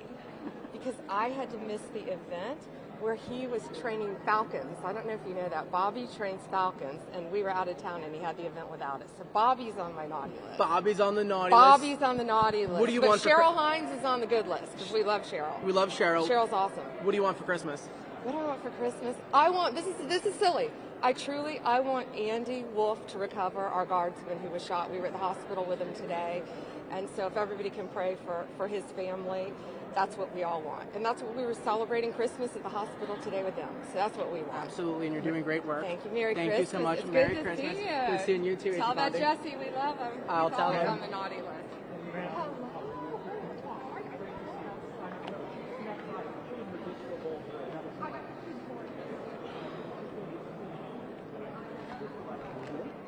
Yeah, the live channel said it with Bonnie and Hex, I think, kept coming to black every once in a while. So there's probably some connector issue.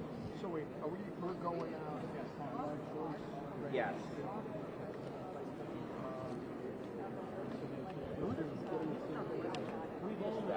Okay.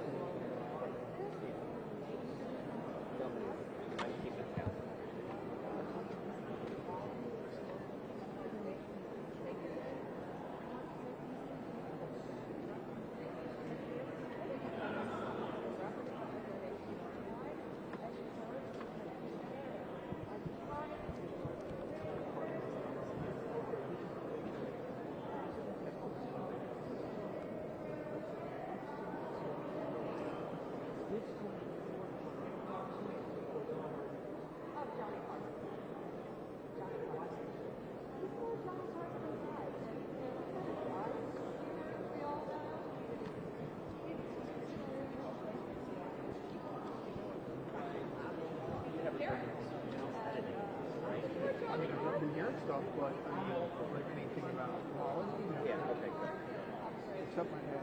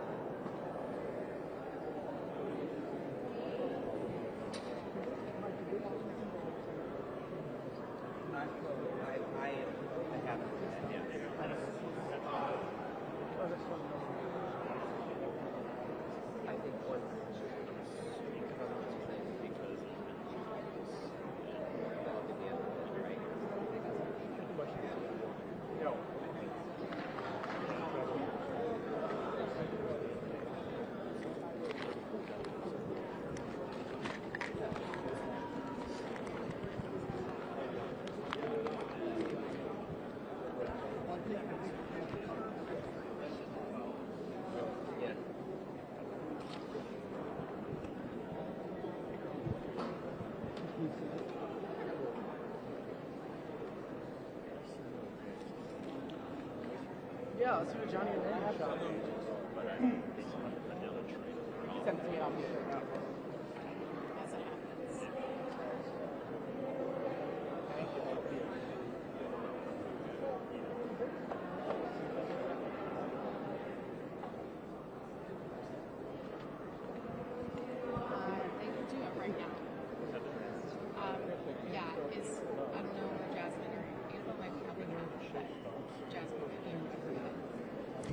Can I Can I ask a question? I sent an email that I think it was Jasmine that had to go.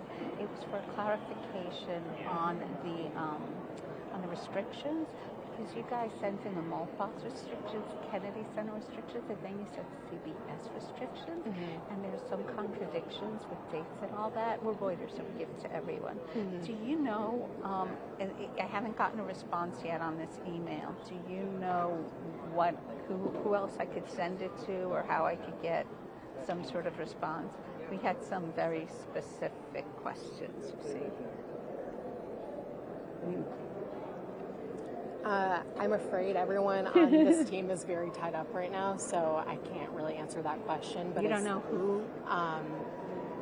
Who did you send the email to? Just the PR. Yeah, I'm afraid we're all tied up right now. To whom could I forward it? I mean, it's a legal thing, so it's like urgent. Yes. Because I don't want it to not go out the way you want it to. We want to do what you want, but you said, so what are the questions? There they are. Okay. So the CBS said references a December 7th show live broadcast, December 23rd airing.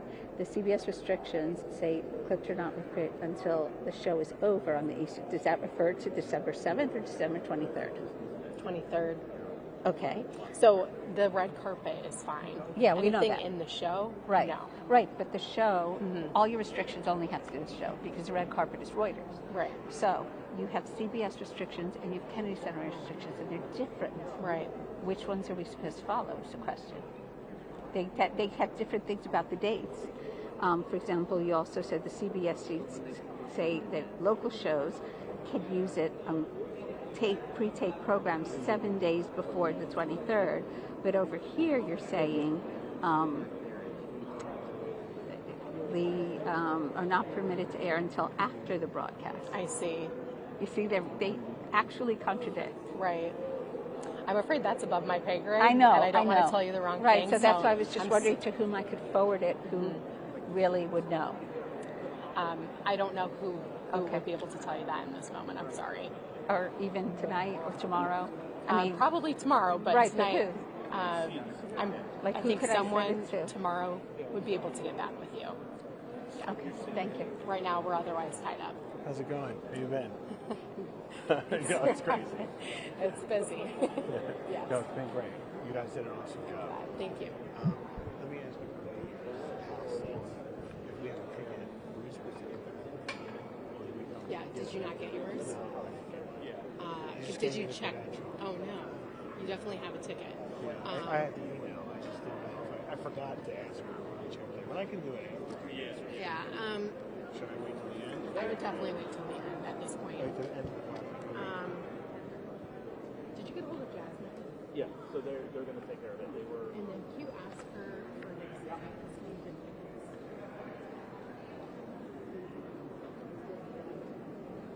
That's fine.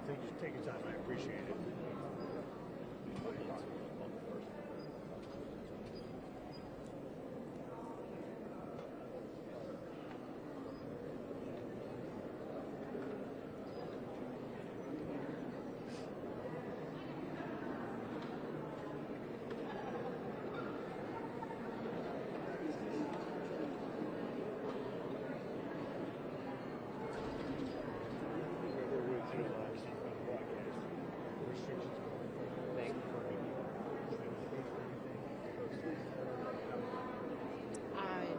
Anything on the red carpet is fine, but in the show, you can't take photos of the show because that's CBS, and it will be live on the 23rd of December. Yeah. Yes.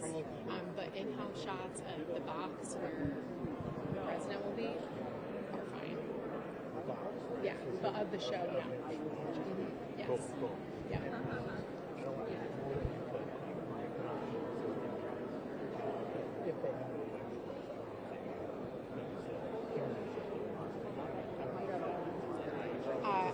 I'm not sure, but I can let you know. Thank you so much. So, Appreciate it. I just want to clarify. Over here, you're saying that these clips cannot, there's clips that we're going to get later in the show, cannot be broadcast until the 23rd?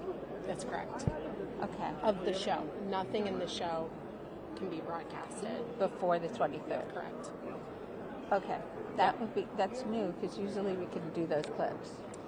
Okay. CBS has the rights to those because they are the Okay. production sponsor. Okay. We'll talk about that. That's my understanding. Okay, thank you. Thanks again. Assuming the president the plan? I think so. And what's your name so I know? Amanda. Amanda, and your last name? Fisher. Fisher, thank you, Amanda. Yeah, I thank you for your patience. I don't No, want to no, tell no, you the no, wrong no. thing, and We're these are trying, above my pay grade. right? We're just trying to do what you want, Yes. and we're confused, so we Yes. don't want to. I know it's tough with both.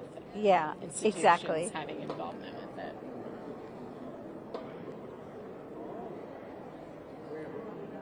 Just saying the clips.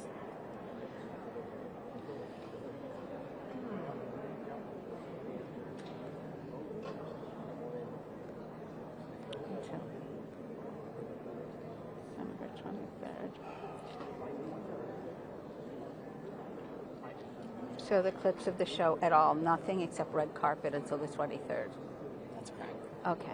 I mean, my understanding is that pictures of the president in his suite are fine, but nothing in the show. Right, it's not pictures. We're asking really about the milk box stuff that he's going to record, right? So that not until the 23rd. Okay. Yes, that's my understanding. Okay, and there's a difference here. CBS says 1 minute and then 2 minutes, and then the Kennedy Center says 3 minutes. We're just going to leave it to 2 minutes. And I would just that was play it exactly safe that playing way. it safe, and right. So, but the biggest question was that first one with the dates. Thank you. No problem.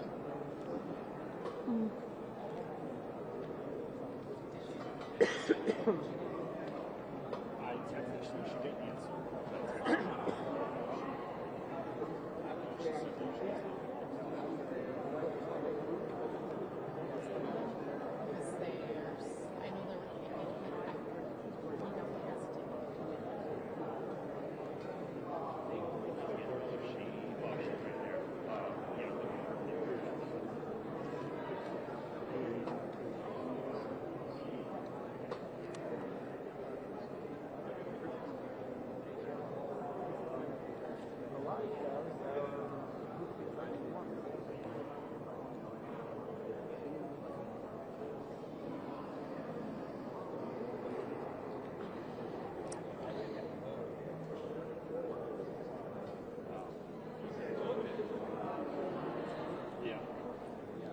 Phil?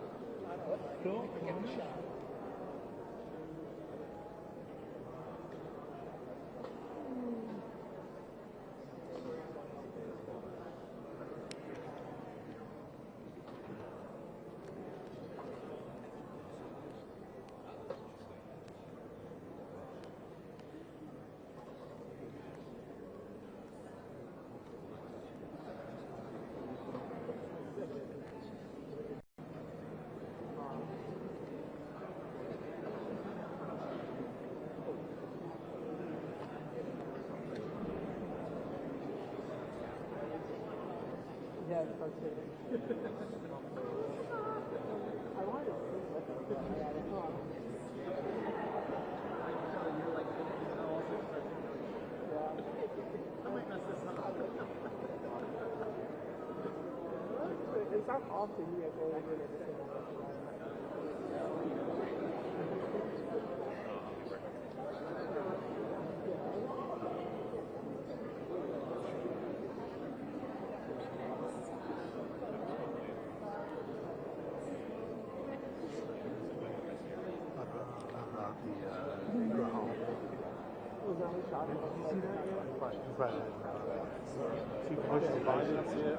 I mean, she might have played off like she meant, and he might.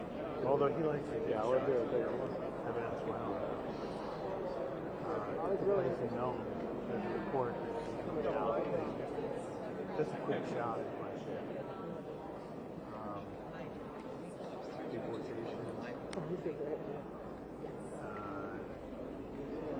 That's a little inside baseball. Okay, awesome. Thank you so much. I appreciate it. Thank you.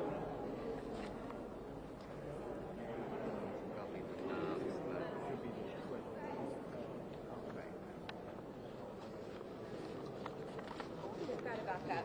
Okay. We've got to back up. You guys, we've got to back up, and we need the rope and stanchion up. I'm going to put this on our feet if you'll back up.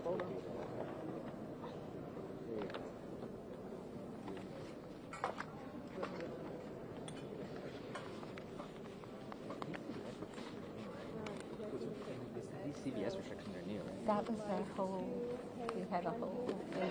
Actually, I missed the scene. I was like over here, and I was like, wait, what the fuck? There's a difference with the CBS emails versus what they have aside for the multiple. The body on the side? It's like, I agree with that.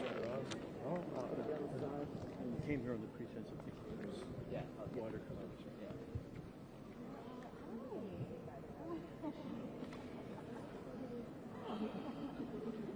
Okay, that.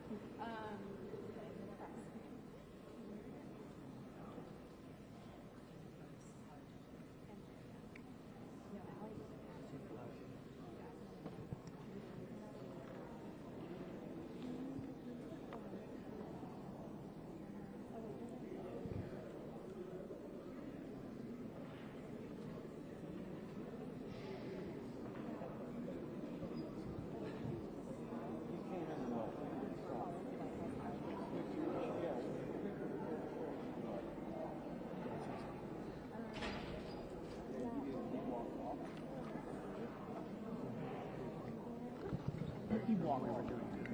He did. He walked. I don't know if anyone tried to help with it.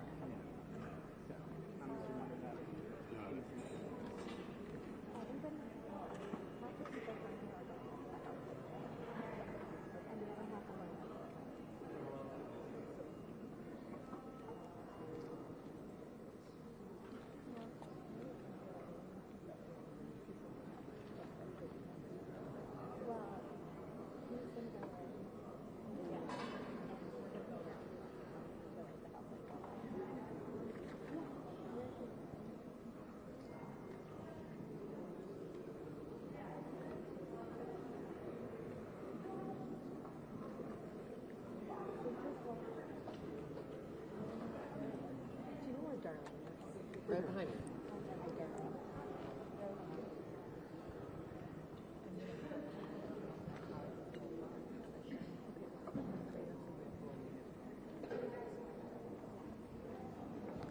I wasn't told that.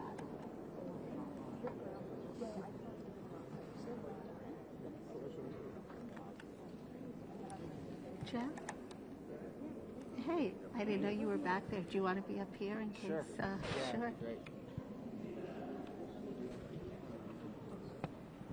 But you have to run this device. How are you? I did. Okay, just I need you to step on the other side of this. There we go. Yep, you need to be right where I am. Where you are. Yep, So Mike- I'm giving you the mic. Mike will go. Okay. Jeff.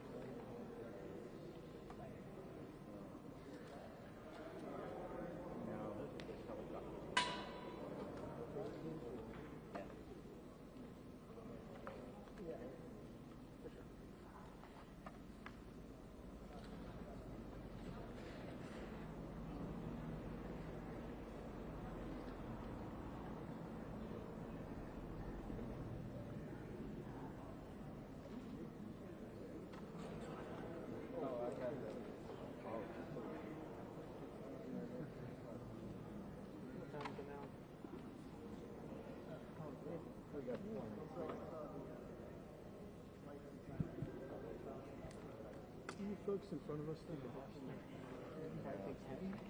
appreciate that. Yep.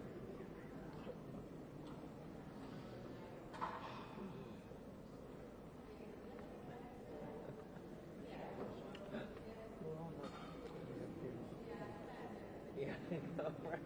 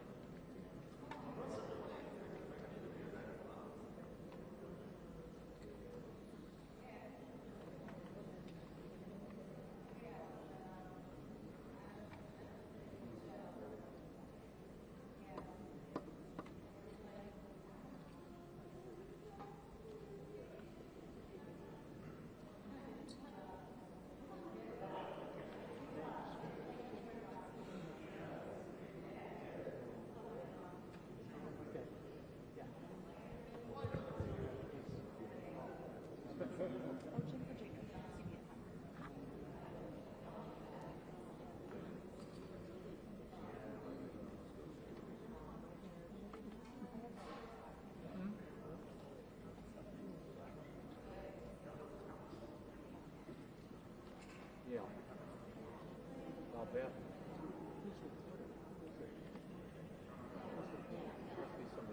They're probably taking it.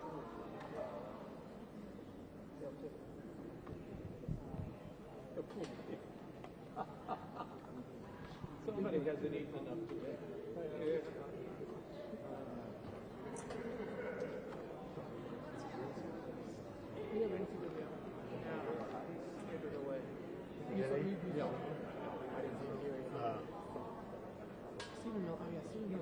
I know, I try. It's hard because here you go with the conversation.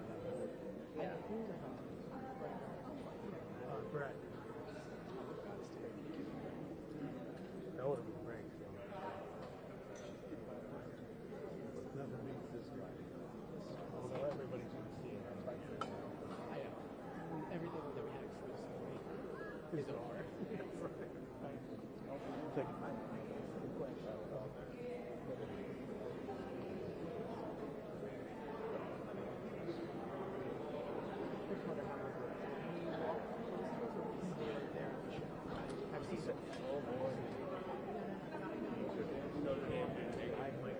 Probably the only thing which is okay. Wow.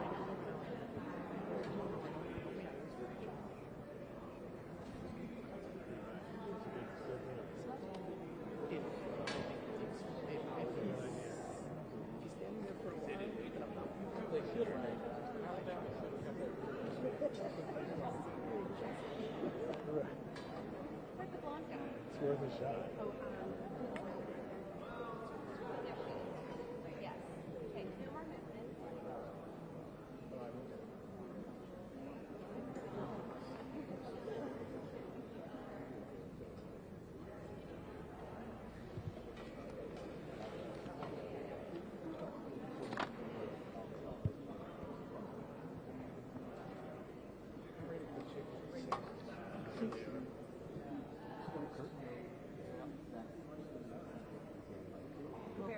Yes, ma'am. I have nothing else. I tried. We'll make it.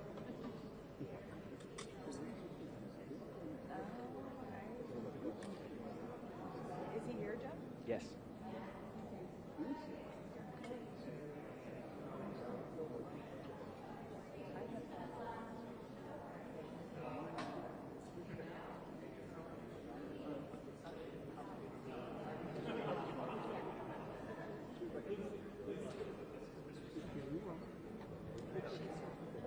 Hello.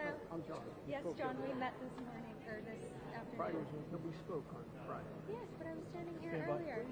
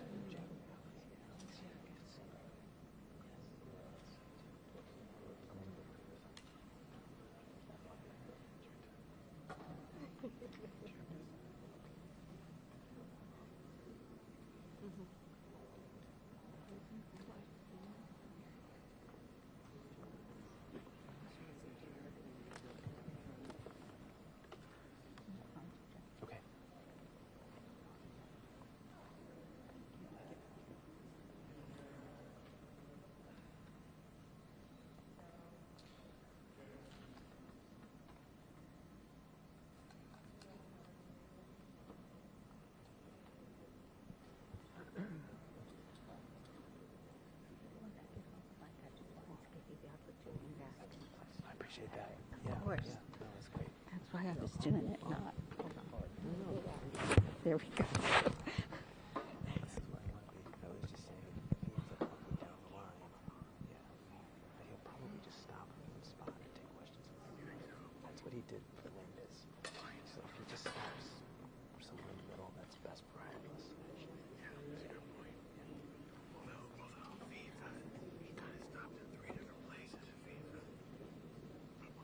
I should have cut here the whole time. I've got at the very end, and I've missed Stallone and all the people who didn't walk down to the print people. I could use a quote from him. Okay.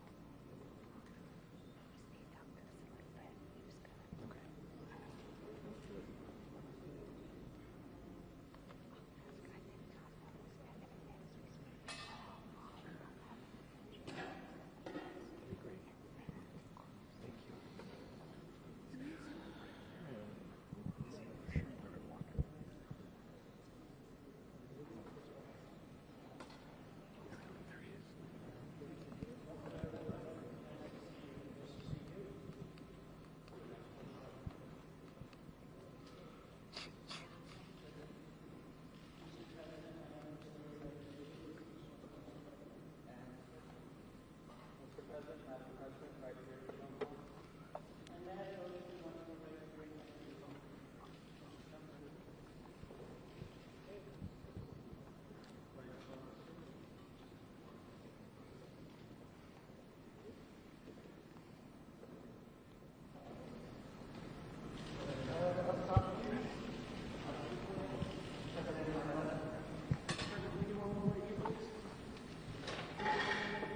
Thank you.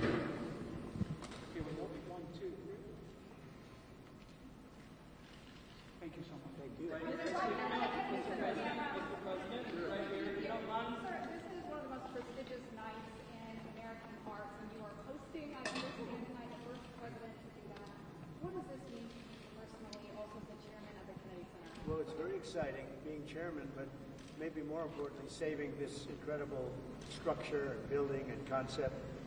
And it's done so well. You know, we've raised a tremendous amount of money tonight for the building itself and for charities overall. And we're really happy. It's been you see the way it's been received. It's been like it's never been before. And this building, this beautiful building, is going to be brought back to life. We've already started. And it'll be better than it was from day one. Tonight's honors represent storytelling of American legends. What do these honorees represent to you tonight here at the Kennedy Center? Well, we have great honorees. This is a group that really is unique. I think it's one of the, look, over the years I've been watching, and you've had some wonderful honorees, but I think this is really very much unparalleled. So we're going to see how it turns out. I think it's going to be a great evening. And First Lady Melania, can I ask you about your upcoming video? Can you tell us anything about that, your film? My film will be out on January 30th, so looking forward to it, and I hope people will come and see it. It will be 20 days in my busy life before inauguration. We look forward to seeing that. And what does tonight mean to you? You have celebrated the arts and design as part of your journey. Tell us what tonight means to you here at the Kennedy Well, it really means we're bringing back the capital, Washington, D.C. If you look back a year ago, it was a very unsafe place. Beautiful, but unsafe. But it wasn't properly kept. It was not in good condition. Now it's in very good condition. And as you know, crime has been brought down to a level that nobody's ever seen here before. So we're very proud of that. Thank you very much. Mr. President, what do you think of the Netflix Warner Brothers deal? Kennedy Senator, Mr. President, Say it? do you think the center will eventually be named the Trump Kennedy I don't know. I hear that, but I don't know. That's not up to me. That's up to the board. The board makes that decision. We have a very prestigious board. If you look at the names, I don't think there's a board like it. So that would be up to the board. Thank you. Are you willing to take a foreign policy question? Say it? Foreign policy question? Well, I think maybe not tonight. Russia, Ukraine? This is about the Kennedy Center. Okay. Thank you. What about Netflix and Warner Brothers? Well, that's got to go through a process, and we'll see what happens. Netflix is a great company. They've done a phenomenal job. Ted is a fantastic man. I have a lot of respect for him, but it's a lot of market share. So we'll have to see what happens. President Trump, who's on your list for next year? Yeah, for this next I looked at a list today. I can't tell you that yet, but a lot of people want to be on my list. You'd like to be on the list. I don't know about that, but I have a question, Mr. President. How have you prepared to host tonight? Well, maybe I haven't prepared. Maybe you want to be a little bit loose. If you look at the great hosts, Johnny Carson, Bob Hope, those are the greats. If you look at the not-so-greats, like Jimmy Kimmel, he was just terrible.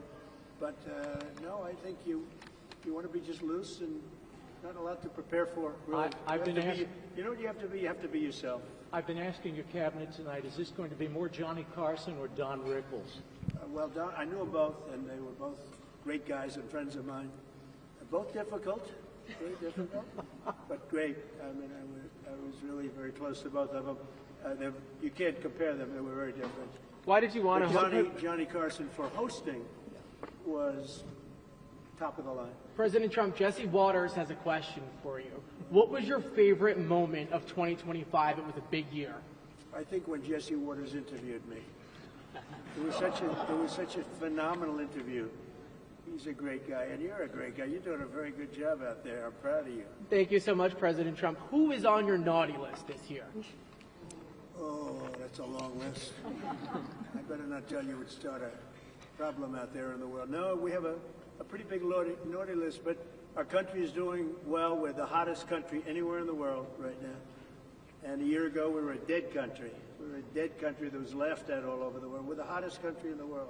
What would be the implications? Jesse Waters is terrific. What would be the implications, Mr. President, of the Supreme Court overturning your authority on the tariffs, the emergency authority? What would be the implications for the economy and for the country? Well, we have a right to go a different form of tariffs. We have a right to go licensing.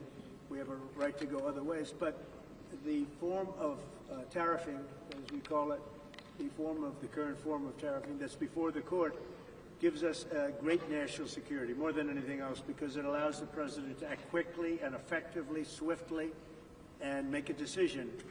And as you know, I ended 8 wars. We're trying to end a 9th, and we thought this would be maybe one of the easier ones. We just did Rwanda and Congo, and that was going on for 30 years. The Russia-Ukraine, I thought was going to be a little bit easier, but it's not being made easy. It's a very tough war, very nasty. 27,000 people died last month, mostly soldiers. I will say that, Paul, I really think this is really a night of joy tonight because of what's happening with this building. It's going to be fantastic when you see the end product. It's going to be better than it was new, and I think we'll celebrate that. But I will say that our country is doing really well. Some Republicans have expressed concern about using the tariffs, the revenue for a dividend, saying we should be paying down the national debt. Well, we will. What's your thought on that? But I also think that, we're making so much money with tariffs that we'll also be able to make a nice dividend to middle-income people. We're talking about middle-income and lower-income people. We're not talking about dividends to rich people. But there's so much money being made from the tariffs, and countries that were taking advantage of us for many, many years are not taking advantage of us anymore. We're taking in tremendous amounts of money from countries that we were losing lots of money to. And you know what? They're okay with it. They're not complaining. They're not complaining about the tariffs. They'd rather not have them, but they're not saying there's anything wrong. And the big thing is, in the court, we have tremendous flexibility with the current system. It's unbelievable for national security. I've ended 8 wars, largely because of trade and because of tariffs. If we go the other tariff route, and there are other routes we can go, but it won't give you the same pure national security as this one. This one is swift and very powerful. Mr. President, what's the next step in Russia-Ukraine talks? What's your next step in Russia-Ukraine talks after last week's negotiations? So we've been speaking to President Putin, and we've been speaking to Ukrainian leaders, including Zelensky, President Zelensky. And I have to say that I'm a little bit disappointed that President Zelensky hasn't yet read the proposal. That was as of a few hours ago. His people love it, but he hasn't. Russia's fine with it. Russia's, Russia, I guess, would rather have the whole country when you think of it. But Russia is, I believe, fine with it, but I'm not sure that Zelensky's fine with it. His people love it, but he hasn't read it. So someday you'll explain that one to me, Jeff. I don't have an explanation, sir. What's the next step in that process? Raymond, thank you very much. Good job you're doing. Say hello. Thank you. What would you like to see Sylvester Stallone do as a Hollywood ambassador? in Hollywood? He is automatic. I mean, as far as I'm concerned, he is one of the ambassadors, as you know, and he's already been doing that. And look, all he has to do is be himself. If Sly is himself, that's all he can be. If he tries to be somebody else, it wouldn't be good. He's a great guy. He's done a fantastic job, and he really deserves this honor. You know, it's something he's wanted for years. And this is bigger than it's ever been. I mean, I don't want to say why. I refuse to say why. But if you take a look at this line, last year, if you look at this line, it was not this. It was a different thing. Why are you and the First Lady expending so much time, so much energy in revivifying and remaking the Kennedy Center? It's not the Kennedys. We are. Look, Bobby Jr. is doing a fantastic job. It's not the Kennedys. It's our country. We're bringing our country back, and we're bringing D.C. back, Washington, D.C. We're bringing our capital. It's a safe place now. No, I mean the Kennedy Center, the center itself. Why are you so focused on revivifying? Because it could never be built again. It's got three massive places, call them. You have different stages, dance, theater, and you have a place that we're going to be in tonight that there's really nothing like it in the country. And if this disappeared, you'd never be able to build it again. And I'm able to save it because that's what I used to do for a living, really, as well, maybe better than anybody else. I could take something and spend less money than other people and make it better than anybody else could. The Kennedy Center has a chance to be unbelievable. And, you know, I mentioned yesterday something very important, sound. It's like sometimes you could say, like people, you either have it or you don't. Great sound in this building.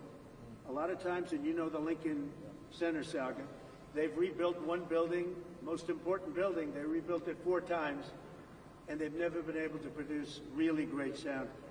The sound in the Kennedy Center has been incredible from day one. Call it luck or talent. Probably luck. There's a lot of luck involved. You know, the great sound buildings, the greatest in the world, are the old opera houses built in the 17 and 1800s in Europe. And they had one thing that was in common, lots of marble. And they didn't have sound engineers. They had lots of marble. And this has got great sound, even right here in the hallway. The sound is fantastic. Thank you very much, Raymond. Madam First Lady, what do you want for Christmas this year? I'm just curious to know how they have impacted your own personal enjoyment. Well, are you talking about the 5 honorees? The group with the 5 honorees? They are outstanding people. I had to approve them all. And every one of them, very different. I said last night, totally different audience, but when you add them up, they're 100% of our country. And a big percentage of the world. So we have great honorees. It's going to be a lot of fun.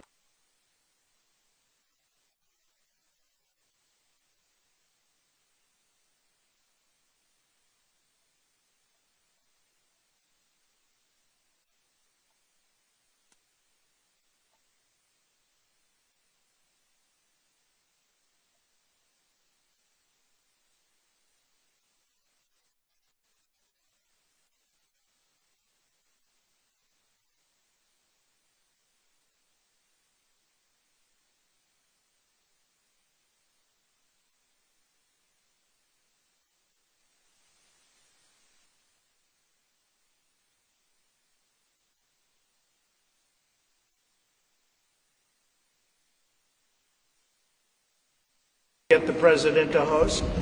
And I love the concept of no president has ever hosted the Kennedy Center honorees. And it's very important that this building be great and that this building remain really, you know, I saved the building. Really. You know, we raised a lot of money tonight, tremendous record numbers of dollars, a lot of money. And we've raised over $100 million over the last very short period of time. That's a lot of money.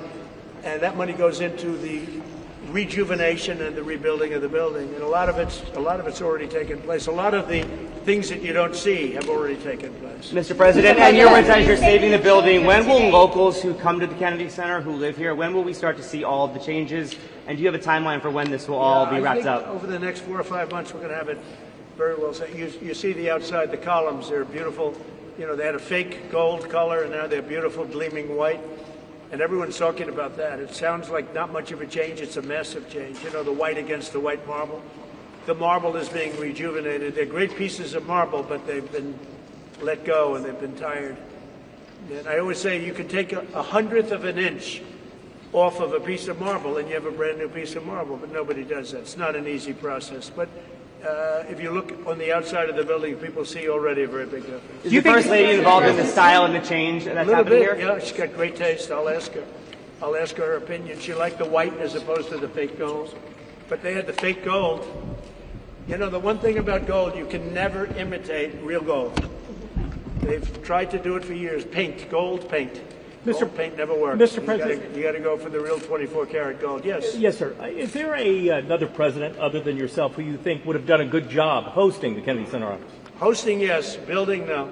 President. You have a Mr. couple President. of politicians. They're very good on their feet, most of them. Could you name one? I would say the last one wouldn't have done too well hosting.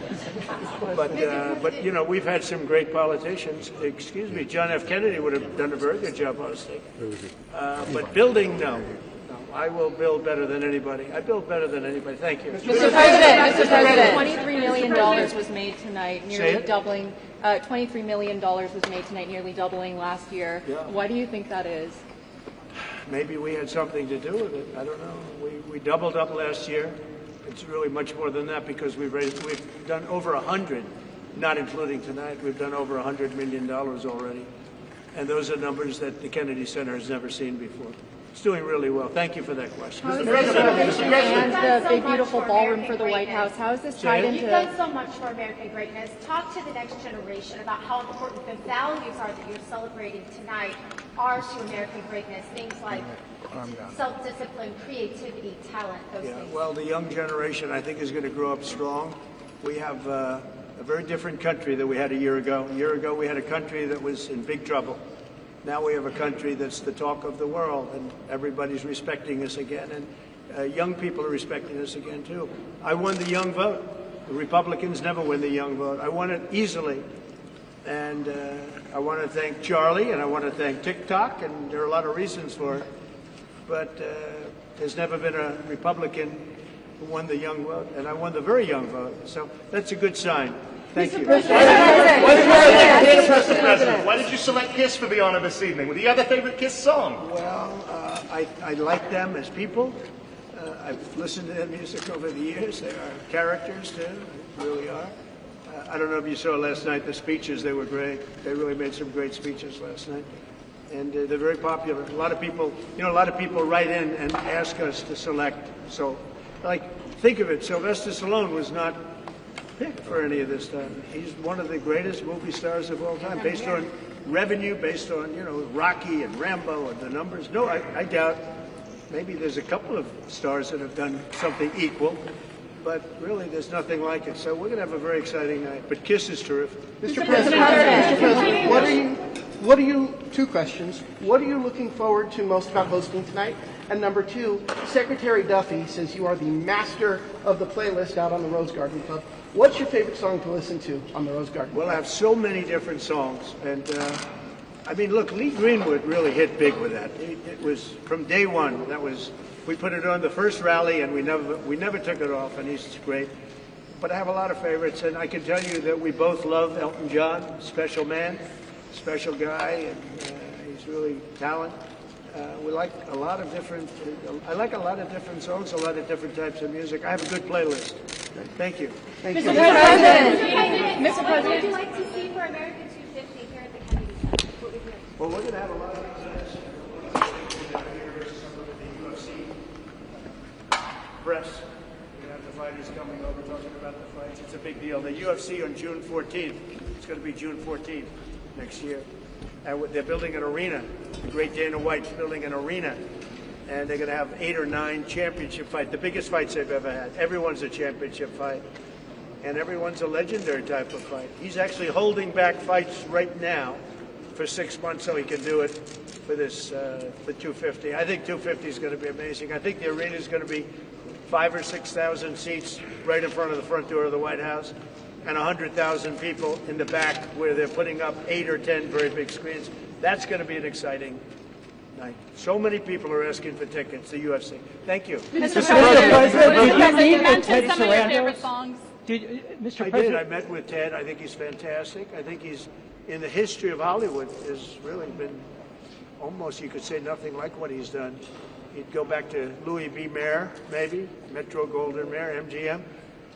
Ted has done an incredible job. I mean, he had a company that was very troubled 7 or 8 years ago, and he took it over, and he's really done a legendary job. Should they be allowed to buy Warner Brothers? Should Netflix? Well, that's the question. They have a very big market share. And when they have Warner Brothers, you know, that share goes up a lot. So I don't know. That's going to be for some economists to tell. And also, and I'll be involved in that decision, too. Did they make... They have a very big market share. Did he make any guarantees to you about the merger, if they do merge? No, not at all. He came up. He was in the Oval Office last week. I have a lot of respect for him. He's a great person. But he's done one of the greatest jobs in the history of movies and other things. And he's got a lot of interesting things happening aside from what you're talking about. But it is a big market share. There's no question about that. It could be a problem. Mr. President, you mentioned some of your favorite songs. In your opinion, what makes a song great? Well, it's something that has to be soft and soothing to your ear.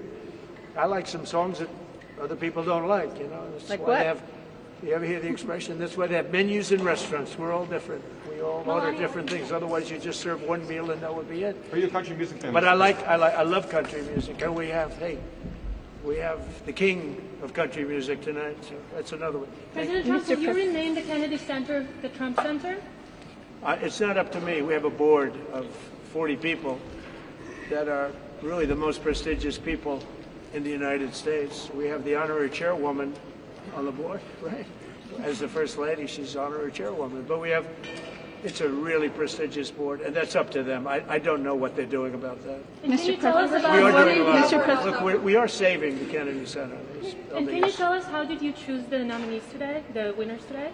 Yeah, we went through probably 50 different names. We were politicked by a lot of people, some of them the stars themselves. But we went through 50 names and we picked the 5, and we're very happy with it. They've really, very different audiences, but as I said just down the line, they're different audiences, but when you add them up, it's 100% of the public. Thank you. Mr. President, what are we going to see Venezuela? Venezuela. Talk about with Prime Minister Party and Mexican President Sheinbaum when you were here. Right. Mexico and Canada, we met with the, as you know, I mean, it was pretty well, a lot of people were here. Right here we met. And the Prime Minister of Canada, President of Mexico, and we spoke for a half hour. Very good, very productive. Talked mostly trade. Will you restart negotiations with Canada? Oh, look, I have a great relationship with Canada. They're very tough traders, but I have a very good relationship with the Prime Minister and with Canada. But you had said you would halt those negotiations earlier after the terror. Well, I have halted them. And so will you restart that? Yeah, we'll see. I mean, you know, the problem is Canada makes a lot of things that we don't need because we make them also. But we'll work it out. Look, Canada's a special place, and they really are good at ice hockey, aren't they? Mr. President, what is more difficult, Mr. President, hosting the Kennedy Center honors or preparing for the State of the Union? Well, could I answer that question after the show's over? If you give it to me, absolutely. I'll give it to you after the show's over. This is a little bit different. Yeah. But, you know, I hosted The Apprentice when it was the #1 show on television. We did 42.5 million people that night. It was a little different television than it is now. We had more people watching in those days. Are you regretting not Mr. President, in terms of ratings for this year's Kennedy Center? I think it'll do great. I think it's going to do great. Ratings are complicated now because you have streaming added on and everything else, but I think it'll do very big. I mean, just look, just based on what you see right here. If you came here last year, you saw a line that was about 1/10 this size. You weren't even here last year, right? Are you sorry not hosting your first administration? Prepared for hosting this year's Kennedy Center. You have so much on your plate. I do. I have a lot on my plate, and I didn't really prepare very much. I read a little bit. I have a good memory, so I can remember things, which is very fortunate. But I want to just be myself. So you have to be yourself. Johnny Carson, he was himself. Thank you, sorry for not?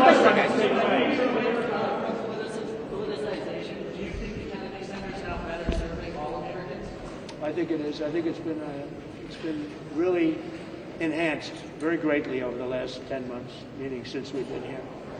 And we're making it great. We're going to make it physically great as a building. So you won't even believe how beautiful it'll be. And we saved the Kennedy Center. That's a big thing. Thank you. But during your first time, you stayed away from the awards.